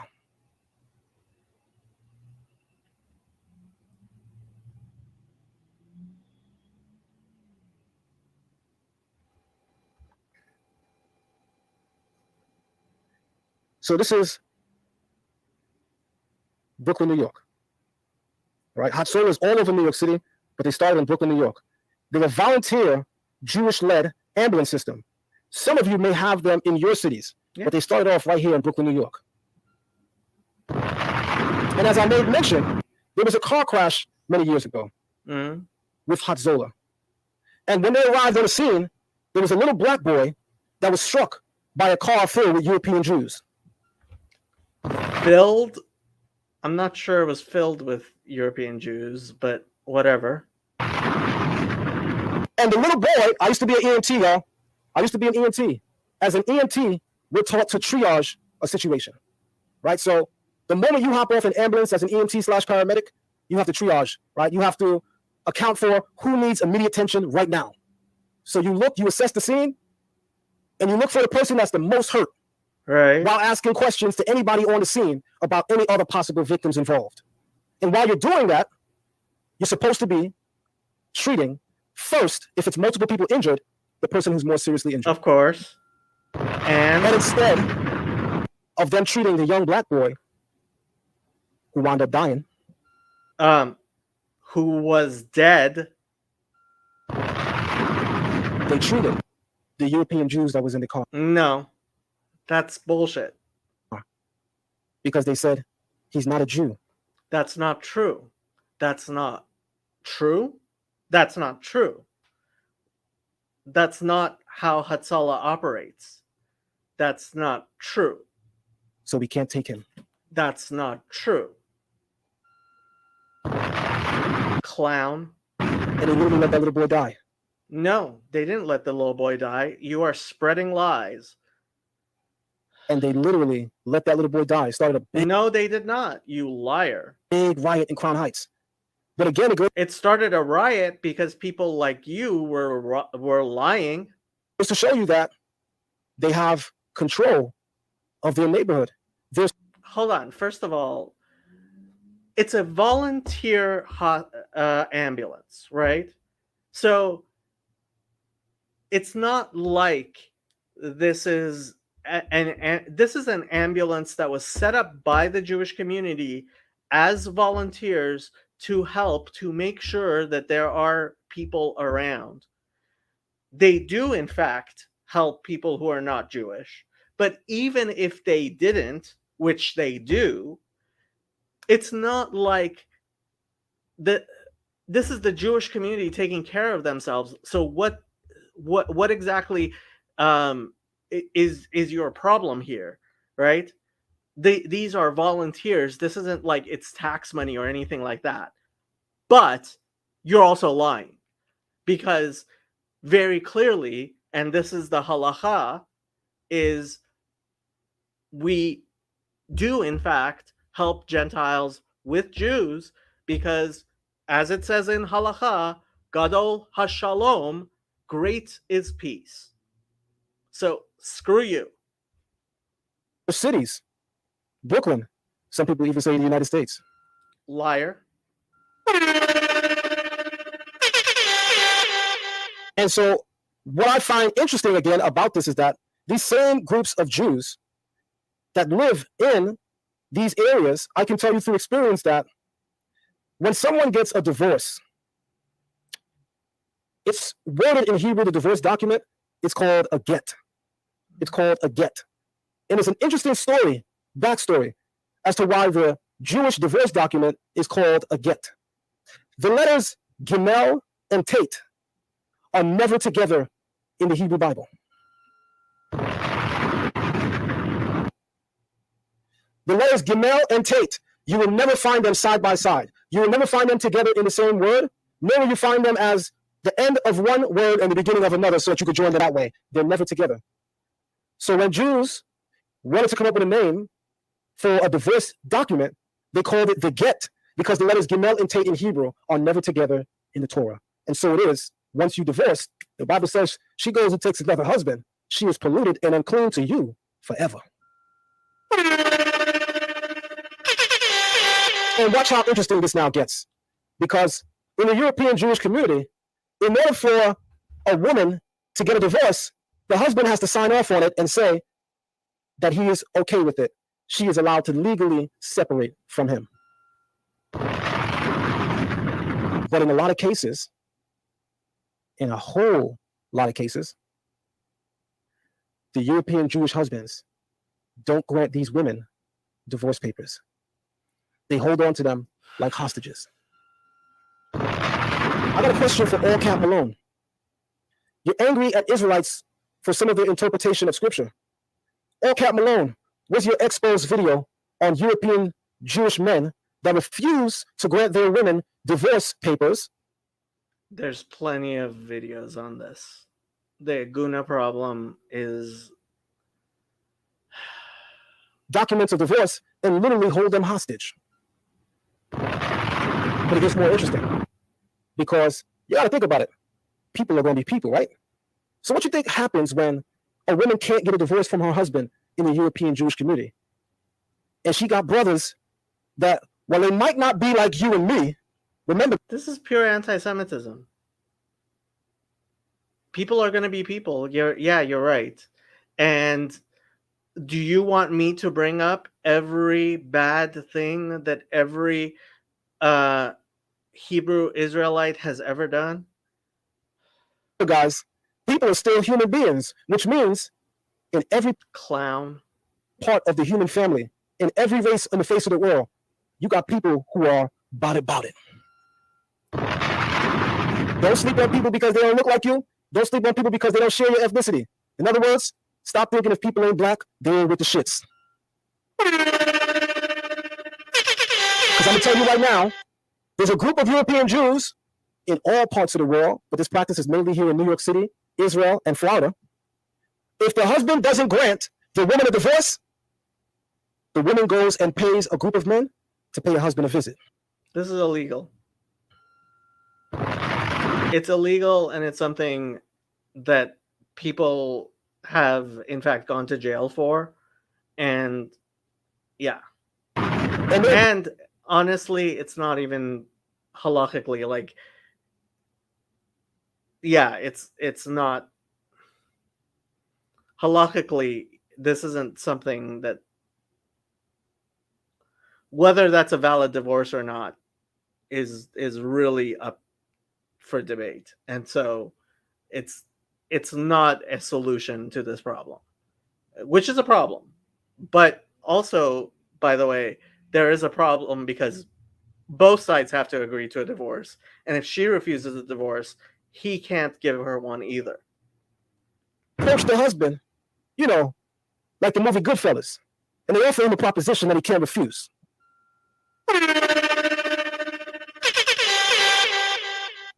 And so what's interesting then is what they really do, and what I'm really trying to say is they beat the hell out of these men until they get their pen and write their name on that get divorce contract.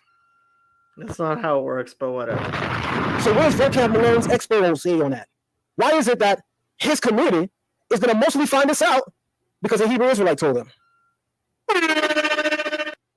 Because it's irrelevant? I thought All Cap Malone was a leader in his community. I thought All Cap Malone was somebody who would, bring the community news and instruct people on what's going on.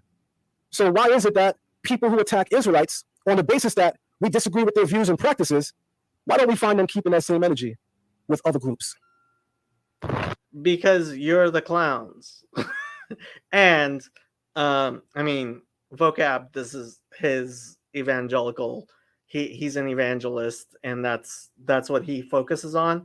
There are plenty of Christian evangelists focusing on the Jewish community. Who first and foremost hold more power.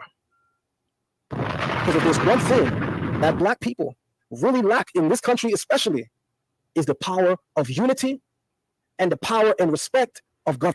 It's because of this bullshit, any criticism of Black people is racist thing, that this type of stupidity gets to continue.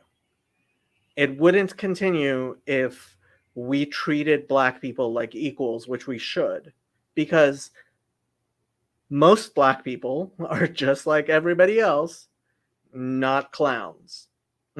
Government in this country. Making this clown a representative of all Black people is, in fact, doing a disservice to the Black community, a huge disservice. And unlike a lot of white people, I've actually worked in the Black community. I know people in the Black community. I have no, you can call me a racist if you like. It's not gonna guilt me because I don't have any guilt there, right? So it's like trying to use this type of guilt by saying, "Oh, you're criticizing me because I'm Black," works on people who are afraid of being called racist. Just not afraid of being called racist. You can call me a racist if you want. If I were racist, I wouldn't mind. And I'm not a racist, so I still don't mind because I know this is bullshit, like a lot of the stuff you've said so far. And again, Hebrew Israelite Dummies, there you go. He's a perfect example. And so when you don't find people talking about those things, it gets real interesting real quick. Let me get a shout out to someone in the chat room and someone who just actually put up a donation on the Summer Jam screen. Shout out to you, Bearded One. Your question is, Shalom, beloved brother Zion. Can you please tell us where the Most High Yah directly calls us Black people? And also, according to the Most High Yah, is it possible for white-skinned people to be Israelites? Right. So let's be clear on something. The Bible never calls the children of Israel a crayon color. A crayon color has never been the name to mark nationality and trace ethnicity. Because what happens when you have other groups of people of different ethnicity and cultural backgrounds that share the same crayon color as you? How is calling yourself this crayon color uniquely distinguishing you from other ethnic groups that look like you when you seek to describe yourself by a crayon color? And so no, the Creator has never called the children of Israel by a crayon color. But the Bible has described the skin color of the children of Israel as being black. And that's a Snapple fact. Like you could peel back, twist back that Snapple Bible. I'm guessing he's going to go to Song of Songs. That's my guess. I don't look at the cap and it's right there.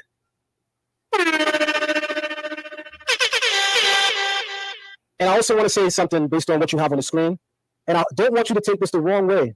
All right. Remember, I am a teacher of 30 years. And so I wouldn't be genuine if I didn't use this perfect opportunity based on your full comment to educate you on the use of a word that you have on the Summer Jam screen.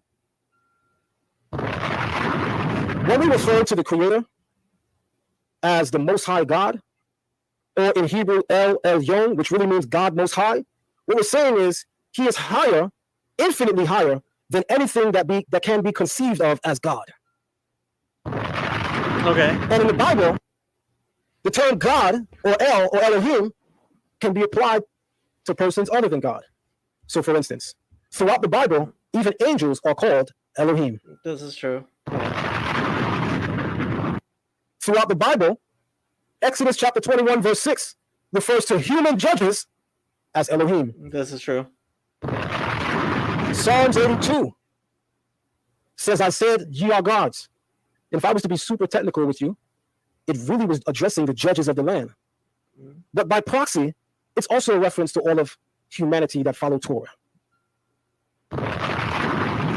And so in the Bible, you find the term Elohim or God applied to human beings, judges, angels, and even lowercase gods, or what we call idols or false gods. But I gotta tell you something, my good brother, Big One, based on what you wrote, because I see a lot of people saying and doing this. When we say in the Israelite community, when we use the appellation Most High Yah, let me be the first to tell you that you can't find that appellation anywhere in the entire Hebrew Bible. And this is an educational moment, so again, don't take this personal. I'm using your comment, beautiful as it is, to have a remarkable educational moment for the whole community. And thus, the term El Elyon, God Most High, seeks to say that the Creator is infinitely higher than anything we can conceive of in thought and call God. But that term, Yah, is only applied to the true and living God. Angels in the Bible are never called Yah. Human beings are never called Yah. Only the Creator of heaven and earth is ever called Yah. And so when Israelites say the Most High Yah, believe you me when I say I understand why you're doing it. Because most of you have this notion that saying the word God is evil or wrong. And I don't want to convince you, maybe your studies have taught you that, right? But don't shy away from the use of the word God because of where your research has taken you to where you make an even bigger mistake. Because to say Most High Yah would imply that there's something out there other than the Creator that could ever be conceived of or... Like, for example, using the term Hebrew Israelites might make you think there are Israelites who aren't Hebrew.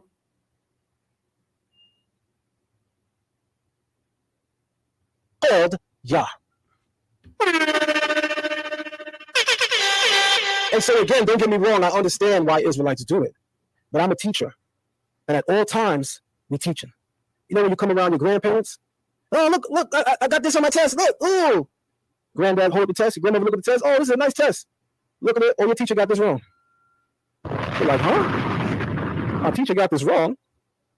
In other words, people with age and experience, they're not going to mislead you. Nor are they going to sit around you while you're saying things which can be misconstrued or misleading. Because by proxy and default, elders who have experience are by default and proxy teachers. And so as a teacher, I'm always in teaching mode. So I thank the good brother for the comment. It was a great comment, but I'm using something in your comment as a teachable moment. When people say in the Israelite community, doesn't make sense for God Most High, can we get angels can be called El or God. Judges can anything that we can call God. Move on. Yah, that cannot be applied. And so when you say Most High Yahs other than, to the subject at hand. Let's get back to the subject at hand. And thank you so much, my brother, for your comment and for your donation. Greatly appreciated. All right. Greatly appreciated. All right. Now let's go on further. So one of the other things that I hear about Israelites, like, and people wanting to know what an Israelite is, people say, how are you a Jew? And I say, wait, what do you mean a Jew? And they say, well, when I asked you, why do you have on a Star of David chain? You said to me that you keep Torah. And I said, yeah. And so they said, so you must be a Jew, right? And I said, no. And they say, well, help me because I'm confused then. And I say, no problem. That's what I do. I help people who are confused on the teachings of the Bible. You definitely arrived at the right person. And so watch how easy this gets. The first thing that people say to an Israelite, when we self-describe ourselves as an Israelite, they say, is your mother a Jew? And we say, no, my mother is not the basis of who I am, spiritually speaking, alone. First and foremost, just from a human paradigm, I am the complete, total, yet unfinished representative of every past ancestor I've ever had. Should I say it again?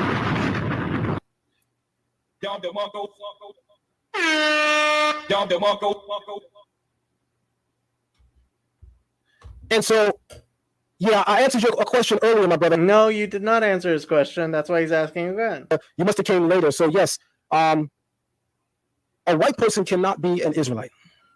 You didn't say why. Please explain. Not unless, let's get somewhere now. Not unless their father is an Israelite and he married a Gentile woman. Then yes. Because if that's the case, there are several black men who have fathered children with European women, and the children come out looking what we call today, white. But in terms of DNA, that man is black. That child is black.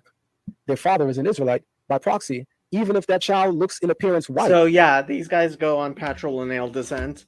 Really makes me want to go read Ezra and find the particular thing.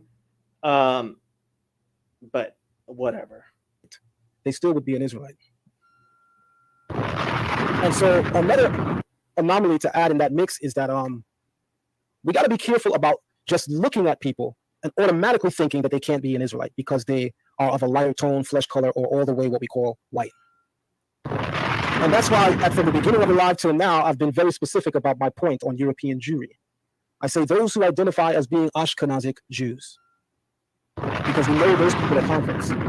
But just because you see someone who's white, without having heard anything from them or what they said, doesn't automatically mean they couldn't be an Israelite. Because you don't know who's in their gene pool, nor do you know what they self-identify as. I remember years ago traveling to Maryland and meeting a man who I thought was white. And we had a dope conversation in an Ethiopian restaurant in Maryland. For those of you who live in the DC, Maryland area, you know there's a lot of amazing Ethiopian restaurants. And he had on a kippah with Hebrew on it. And so we start talking, right? His kippah has Hebrew words going around in a circle. And I start reading it. And he lost his mind that I was able to read it because I guess to him, I didn't look like a Jew. And what's even more interesting about that is I started to get upset that I didn't look like a Jew to him. But by the end of the conversation, I was enlightened because he didn't look like an Israelite to me. And what was interesting about him is that after talking with him, his mother is a white woman, a European Jew. And his father is a black man who was raised here in New York City and even came from commandment keepers in Harlem. And I said, oh, wow. And this man looks really white. And his father is darker than me. And so in that respect, your question, my good brother, is a very complex question. Because you can't look at people and automatically feel that you can't look at people. It's like, are you a Hebrew Israelite or not? Because you're looking at his father and saying because he's black, he's an Israelite. No. Because what if his father was white? And I have news for you, descendants of slaves in the United States.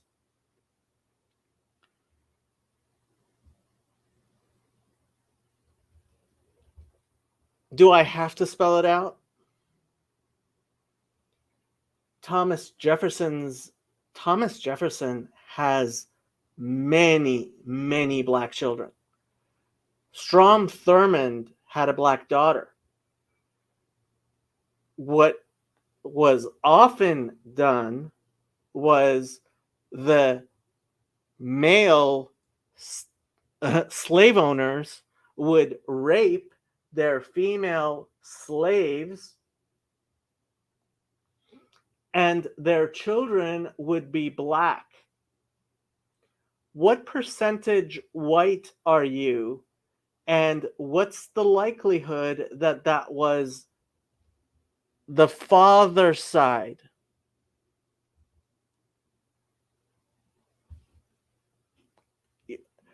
Patrilineal descent? Is it? Are we going to go by patrilineal descent? You know who they are. DNA is a scientific method today that sheds additional light in tracing who people are, their ancestry, and their points of origin, right? We can't X-ray vision nationality. To a certain extent, judging books by its cover is the status quo, even though we look down and frown upon it in modern society, hence the saying, don't judge a book by its cover. But the reality is the reason why people judge books by their cover is because most books, the cover truly represents what's inside the goddamn book. But because that's not always the case, we say that people shouldn't be speaking in those kinds of absolutes. And that's the same advice I say about this topic. Be careful, because you have to listen to people, ask questions, and then you will naturally come to the right determination. How do you know? Like, how far?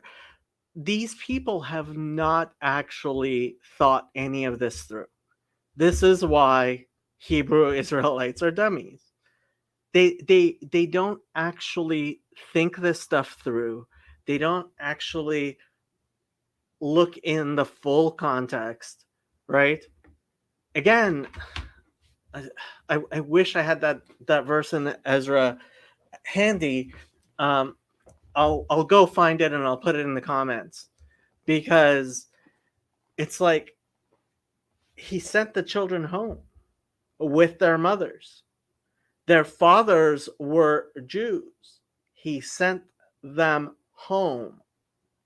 Automatically looking at someone who's white, seeing Hebrew writing on their kippah, their yarmulke, or even just the presence of a yarmulke, their white skin, right? The texture of their hair, the long white tzitzit, that doesn't automatically mean that they're not an Israelite. Because you might have bumped into somebody like I bumped into, whose mother is a white European Jew and whose father is a black Hebrew Israelite. Right? So that's a very, very important point. All right, very, very important point. Shout out to my cousin in the building, Maroon Sounds Unlimited. That's my big cousin. Even though he's only a month older than me, I'm always remind him that he's older than me. Shout out to you, Maroon Sounds. What up, T? And these are some important points to make. So again, the Israelite community is in fact a very interesting community. We can say that, right? Because there are a lot of views that are held in the community, which at times represent views which are diametrically opposed to other Israelites in that greater and larger community. But let's be candid, let's be honest, and let's be genuine, because the same can be said about any religious and spiritual faction you find in the world. Spirituality is vast, diffuse, and sometimes even downright. Okay, I found it. Ezra chapter 10. While Ezra prayed and confessed, weeping and falling, this is starting at verse 1, falling face down before the house of God, an extremely large assembly of Israelite men, women, and children gathered around him. The people also wept bitterly. Then Sekaniah, son of Yehiel, an Elamite, responded to Ezra, "We have been unfaithful to our God by marrying foreign women from the surrounding peoples, but there is still hope for Israel in spite of this. Let us therefore make a covenant before our God to send away all the foreign wives and their children, according to the counsel of my Lord, and of those who tremble at the command of our Lord. Let it be done according to the law. Get up, for this matter is your responsibility, and we support you. Be strong and take action." So again, Ezra 10:3, let us therefore make a covenant before our God to send away all the foreign wives and their children, right? So guess what?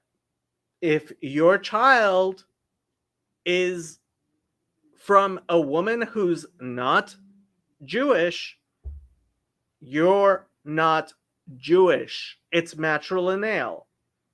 Ezra 10:3. Confusing. Because within any given denomination of religious or spiritual background and organizing, you will always find diametrically opposed views. You will always find different factions of belief and practice. So to single out the Israelite community as if this is a unique phenomenon and occurrence that only exists in the Israelite community is a very disingenuous statement to hold and to share and to convey. All right. Love the video, guys, and share it live. We're going to take a quick commercial break, and we will be right back. So if he's selling spices, always ask questions. My guess and is so, those spices are not kosher. What a Hebrew Israelite is for dummies. A Hebrew Israelite is a living descendant of Abraham. He's absolutely right. Hebrew Israelite is for dummies. Abraham, Isaac, and Jacob. We get the name, title, and appellation Hebrew through the eponymous ancestor Abraham, the first person to be called in the Bible Ha-Ivri, which means the Hebrew. And he has a son by the name of Isaac, who has a son by the name of Jacob, and Jacob's name is changed to Israel.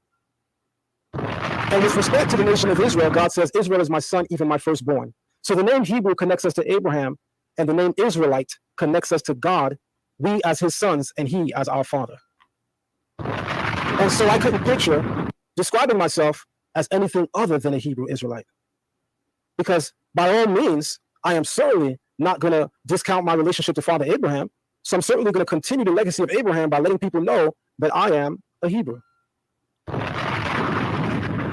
And it goes without question that I also would never, ever neglect to describe and call myself an Israelite, which shows not just my connection to all of the aforementioned biblical patriarchs, but also shows my connection to God, him as my father, as our father, and me and us as his son. And then remember what we said earlier, right? And this is not, trying to degrade people or take away from people's beliefs. Being a Jew is a matter of conversion. By the time we get to the Persian period in the Bible, the book of Ezra, you see people among the Israelites who are not necessarily from the tribe of Judah, from whence we get the abbreviation Jew. You see people who are not from the tribe of Judah who are beginning to also be described as Jews. And so any of the 12 tribes. But Horlan, Mordecai was from the tribe of Benjamin.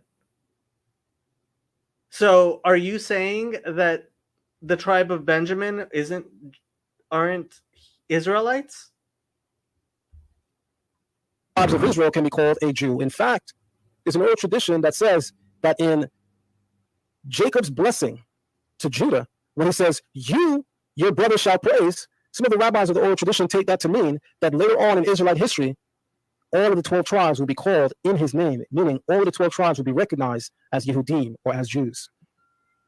And they are. And so within the Israelite paradigm, any Israelite can be a Jew. In the book of Ezra, chapter 8, we saw that when foreign Gentile nations converted, took upon themselves the yoke of the Torah to follow the commandments of... He means Book of Esther. I wonder why he keeps on saying Ezra when he means Esther. I have to wonder if it's not because somebody's shown him what I'm talking about in Ezra, and maybe he doesn't have an answer, and that's what's getting under his skin, and that's why when he means Esther, he keeps on saying Ezra. Of God, the Bible says they profess to be Jews, or they call themselves Jews, or i.e. they made themselves Mityahadim, that's in Esther, not Ezra. Why does he keep on saying Ezra? Jews.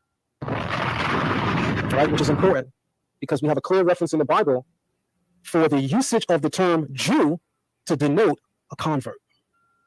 But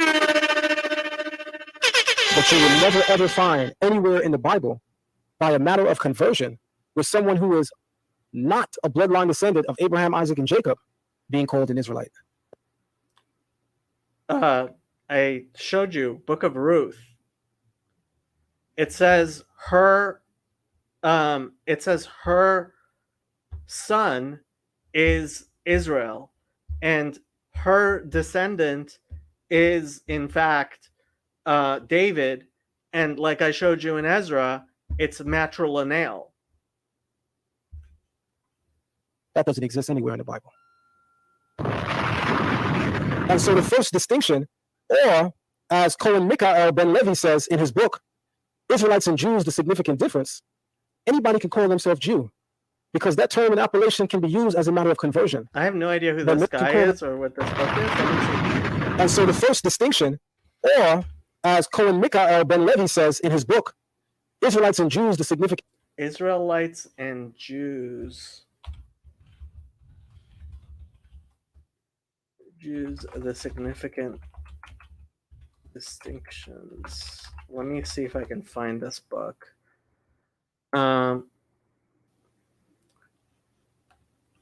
Apparently, Cohen Michael Ben Levi. When this is from 1997.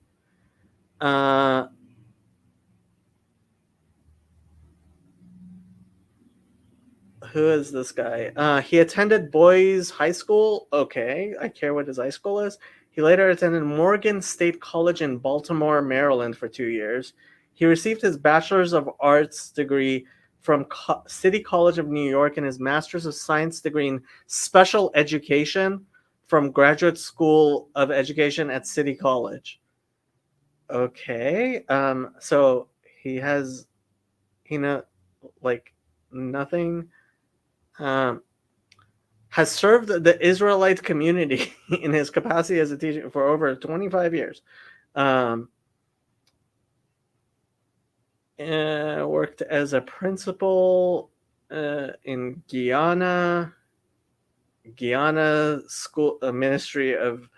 In 1985, he taught at the New York City public school system. Okay.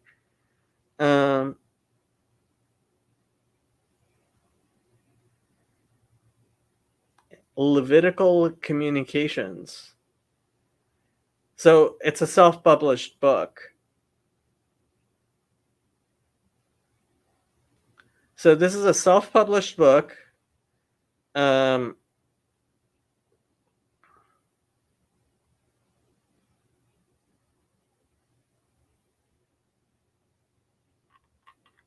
me see if I can find any information on this guy.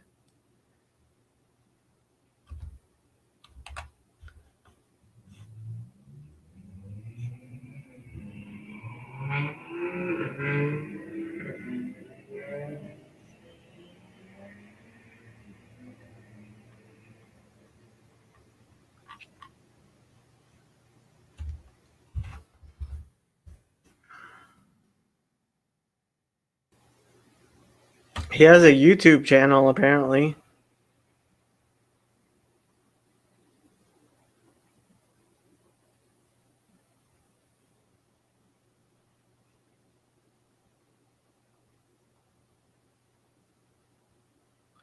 Yeah, and his YouTube channel is about the size of mine.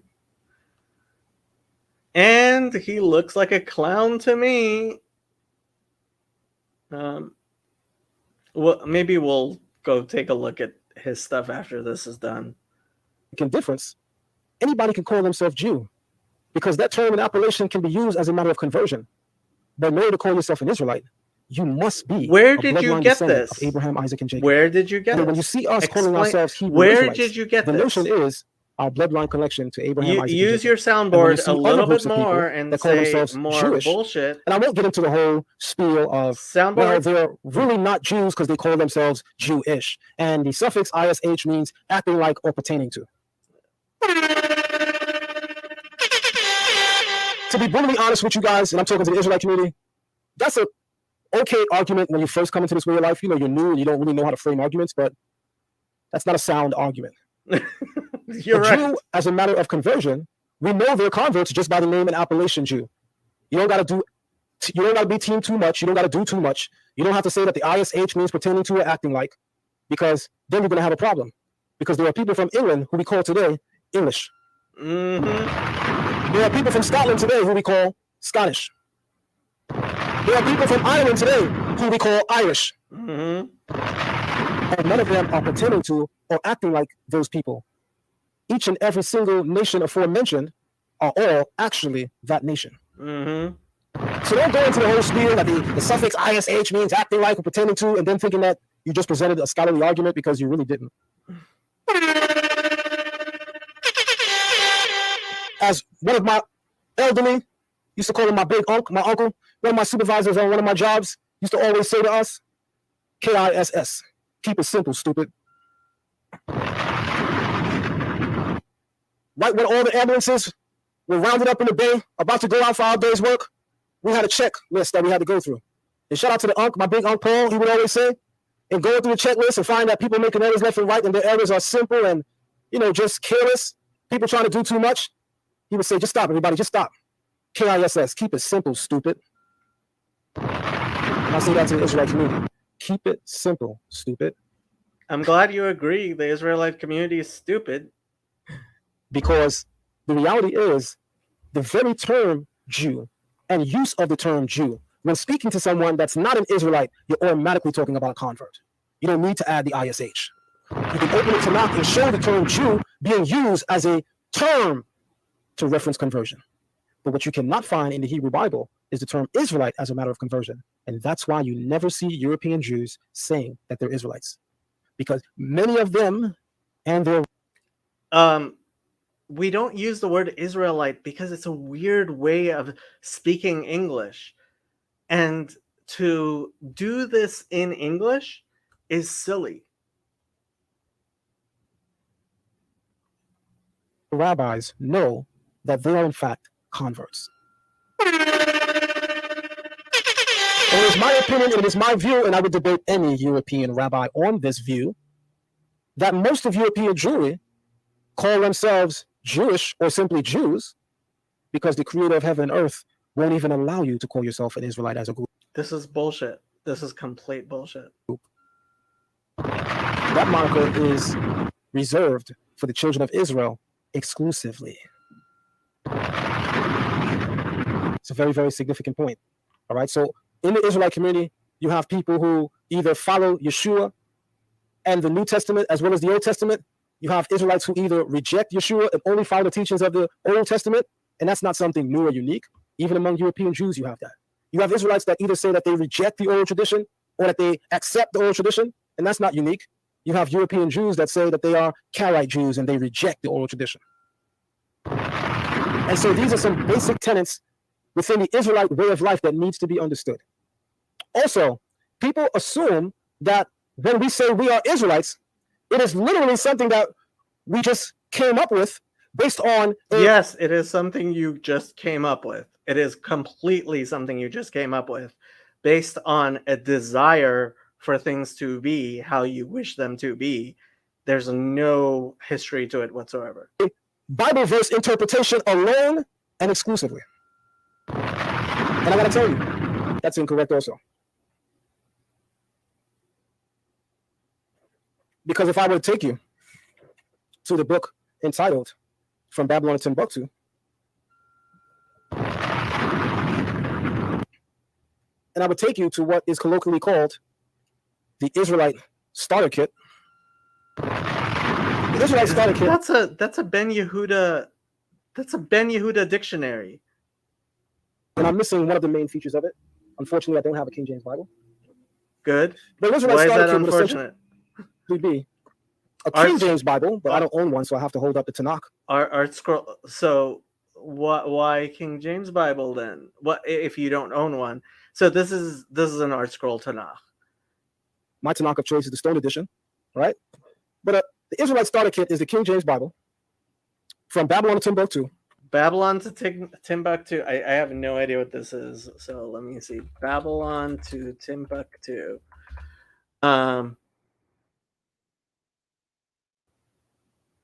A History of Black by Rudolph Windsor. It's a bestseller. I mean, it has 3,000 ratings. Where Windsor Golden Series reprint 2006 by Rudolph Windsor. Who is this Rudolph Windsor guy? And when was this first printed? Just gonna read the first thing. Amazon review. This book is somewhat accurate until you read where the so-called race came from. It's easy to be deceived because you read in the beginning about the three sons of Noah, Shem, Ham, and Japhet, because Japhet spread. However, there are other books out there that state otherwise, that the first Greeks were black people. There's gotta be. Rudolph Windsor was born in Long Branch, New Jersey. After living in a number of Jersey communities, his family moved to Philadelphia, studying psychology and political science. Gratz College, majoring in Hebrew Aramaic studies, Temple University in Middle Eastern studies, and the University of Metaphysics, where he received his PhD in metaphysical philosophy. I mean, Temple University, I guess he didn't graduate. Who is this Rudolph Windsor guy? Rudolph Windsor. Let's see if there's a Wikipedia article on this guy. Well, no, but there's a Wikipedia article on From Babylon to Timbuktu. Oh no, that's a album by Wu-Tang Clan affiliate Timbo King. Okay. Okay.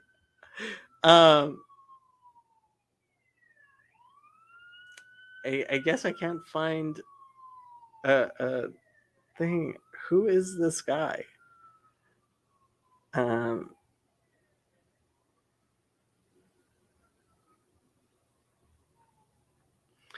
Well, the book is available on archive.org. It's 160 pages. Lucina.com.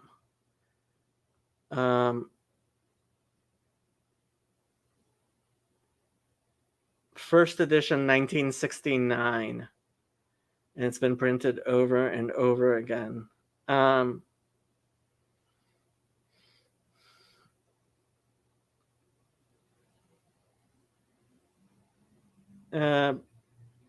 Gratz College. I have no idea what Gratz College is,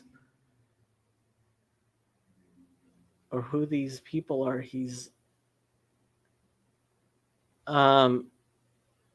I see no. Where are his?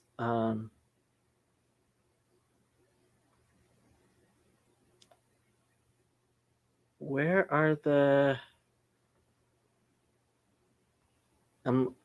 It looks like it has footnotes, but I don't see the actual footnotes. Must be at the end, I'm guessing.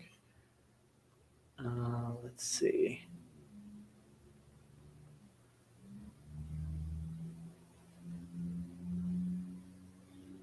Okay. Page 136 is where they start. Okay, chapter 1. This point will be proven later. That's his footnote. Consult Rashi's commentary on Genesis. Doesn't say which one. Read the life and works of Josephus.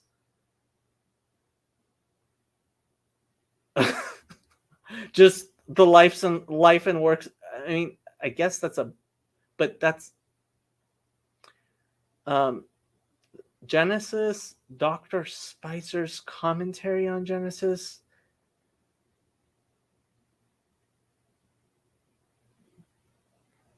As I expected, the notes are bullshit. Maybe, oh God, how deep can you go into this type of stupidity? I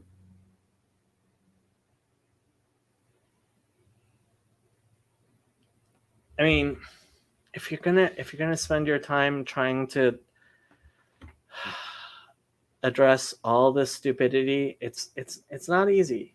I'll tell you that much. A Hebrew dictionary, preferably Ben Yehuda's, Mm-hmm. and a highlighter, or 2, or 3, or 4. And so what I can definitely tell you then is when we say that we are Israelites and we have just came into the truth or awakened to the truth, that is also based on the words and teachings of the Bible. There are several places in the Bible where the nation of Israel are described by the biblical prophets and likened unto a lion who was sleeping. The Bible talks about, as a matter of prophecy, God causing a great sleep and slumber to come upon the children of Israel. And the Creator also references in several places the notion that we would be removed from our land, our language, and our culture, which would by proxy take away our identity and our connection to our ancestors of old. And so when we reconnect with our identity, our cultural connection to our ancestors of old, as well as the culture of Torah, we say we have awakened to these truths. And that's extremely important. And so that's why you have the term or terminology employed in the Israelite community. People say that they awakened, all right? Or people describe this process as an awakening, all right? It's born right out of the Hebrew Bible, where people are actually described in the Bible, not just people, I mean specifically Israelites, as being spiritually asleep, right? It's important to note. And so again, I decided to do this video because so many people have so many horrible notions of what an actual Israelite is, okay? Israelites don't just read Deuteronomy 28:68, where it says, and you shall be placed on ships. And in all of the other accumulative verses in Deuteronomy 28th chapter allude to the places that we would be going to via ship. We come to understand that in more ways than one, the curses of Deuteronomy 28 are in fulfillment of the transatlantic slave kidnapping trade, where they kidnapped doctors, nurses, lawyers. Wait, y'all thought I was going to say they kidnapped slaves? Doctors, lawyers, what? Nurses? Doctors. Witch doctors, maybe. When they came to West Africa and they kidnapped doctors, lawyers, nurses, farmers, stonemasons. They came and kidnapped professionals, people with careers, people with skill sets, people that understood how to take and glean from the natural resources of the earth and make it into a commercial enterprise. Kidnapped us from those offices and institutions and enslaved us to this day. And when we trace back our migrations,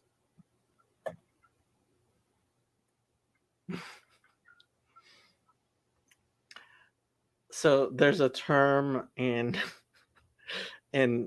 Black neighborhoods called showing your behind.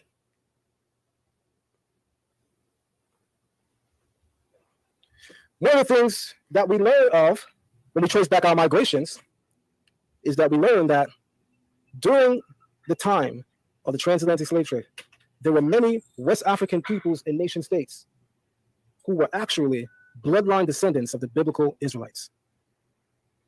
You even had some people who famously came off the slave ships with full knowledge that they were Israelites. One of them, his name is Oleano Equiano.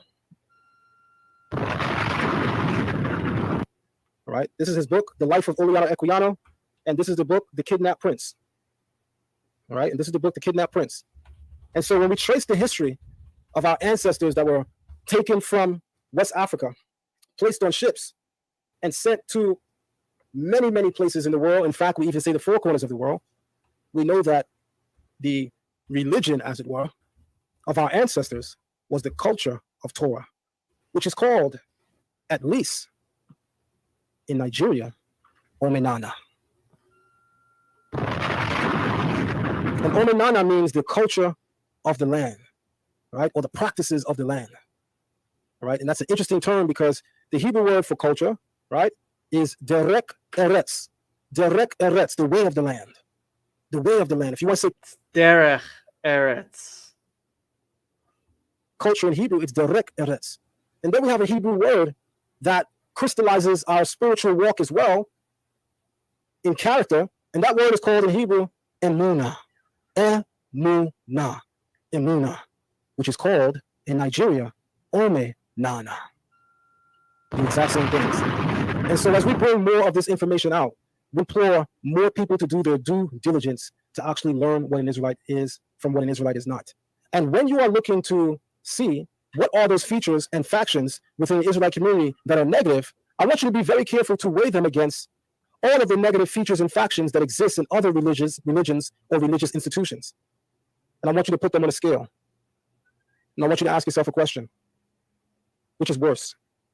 And when you arrive at the answer, you should stop attacking Hebrew Israelites. Click the video and share it live. We are back. We are live in full and color. We are not playing. We are not hiding. We are not running. We represent the home team. If you come for us, we're on the front lines. Shout out to All Cap Malone.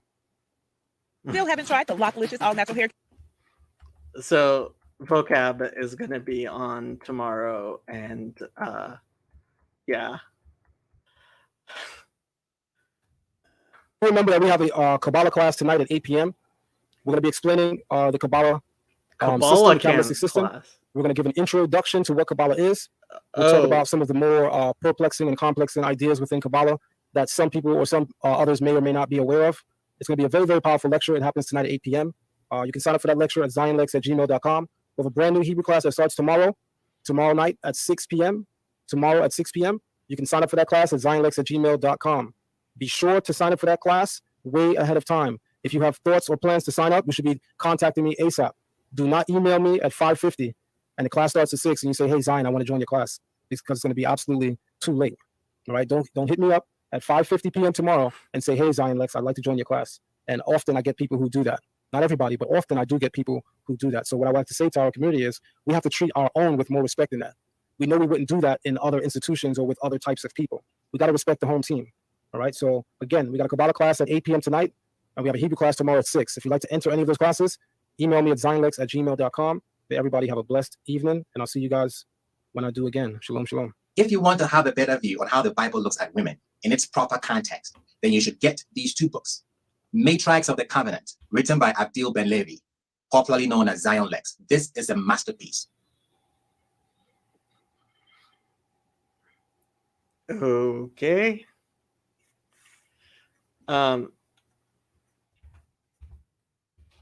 So this is the guy that he explained. So let's see what his most popular video is. 4,000 views. Dude, my video has more than 4,000. Well, does my Genesis video have more than 4,000 views? I think it does. Yeah, my Genesis 1 video has 8,000 views. So, dude, let's see what this guy has. African Americans and Africans in the Caribbean, or always dress like a clown. Always dress like a clown. Africans anywhere in the diaspora.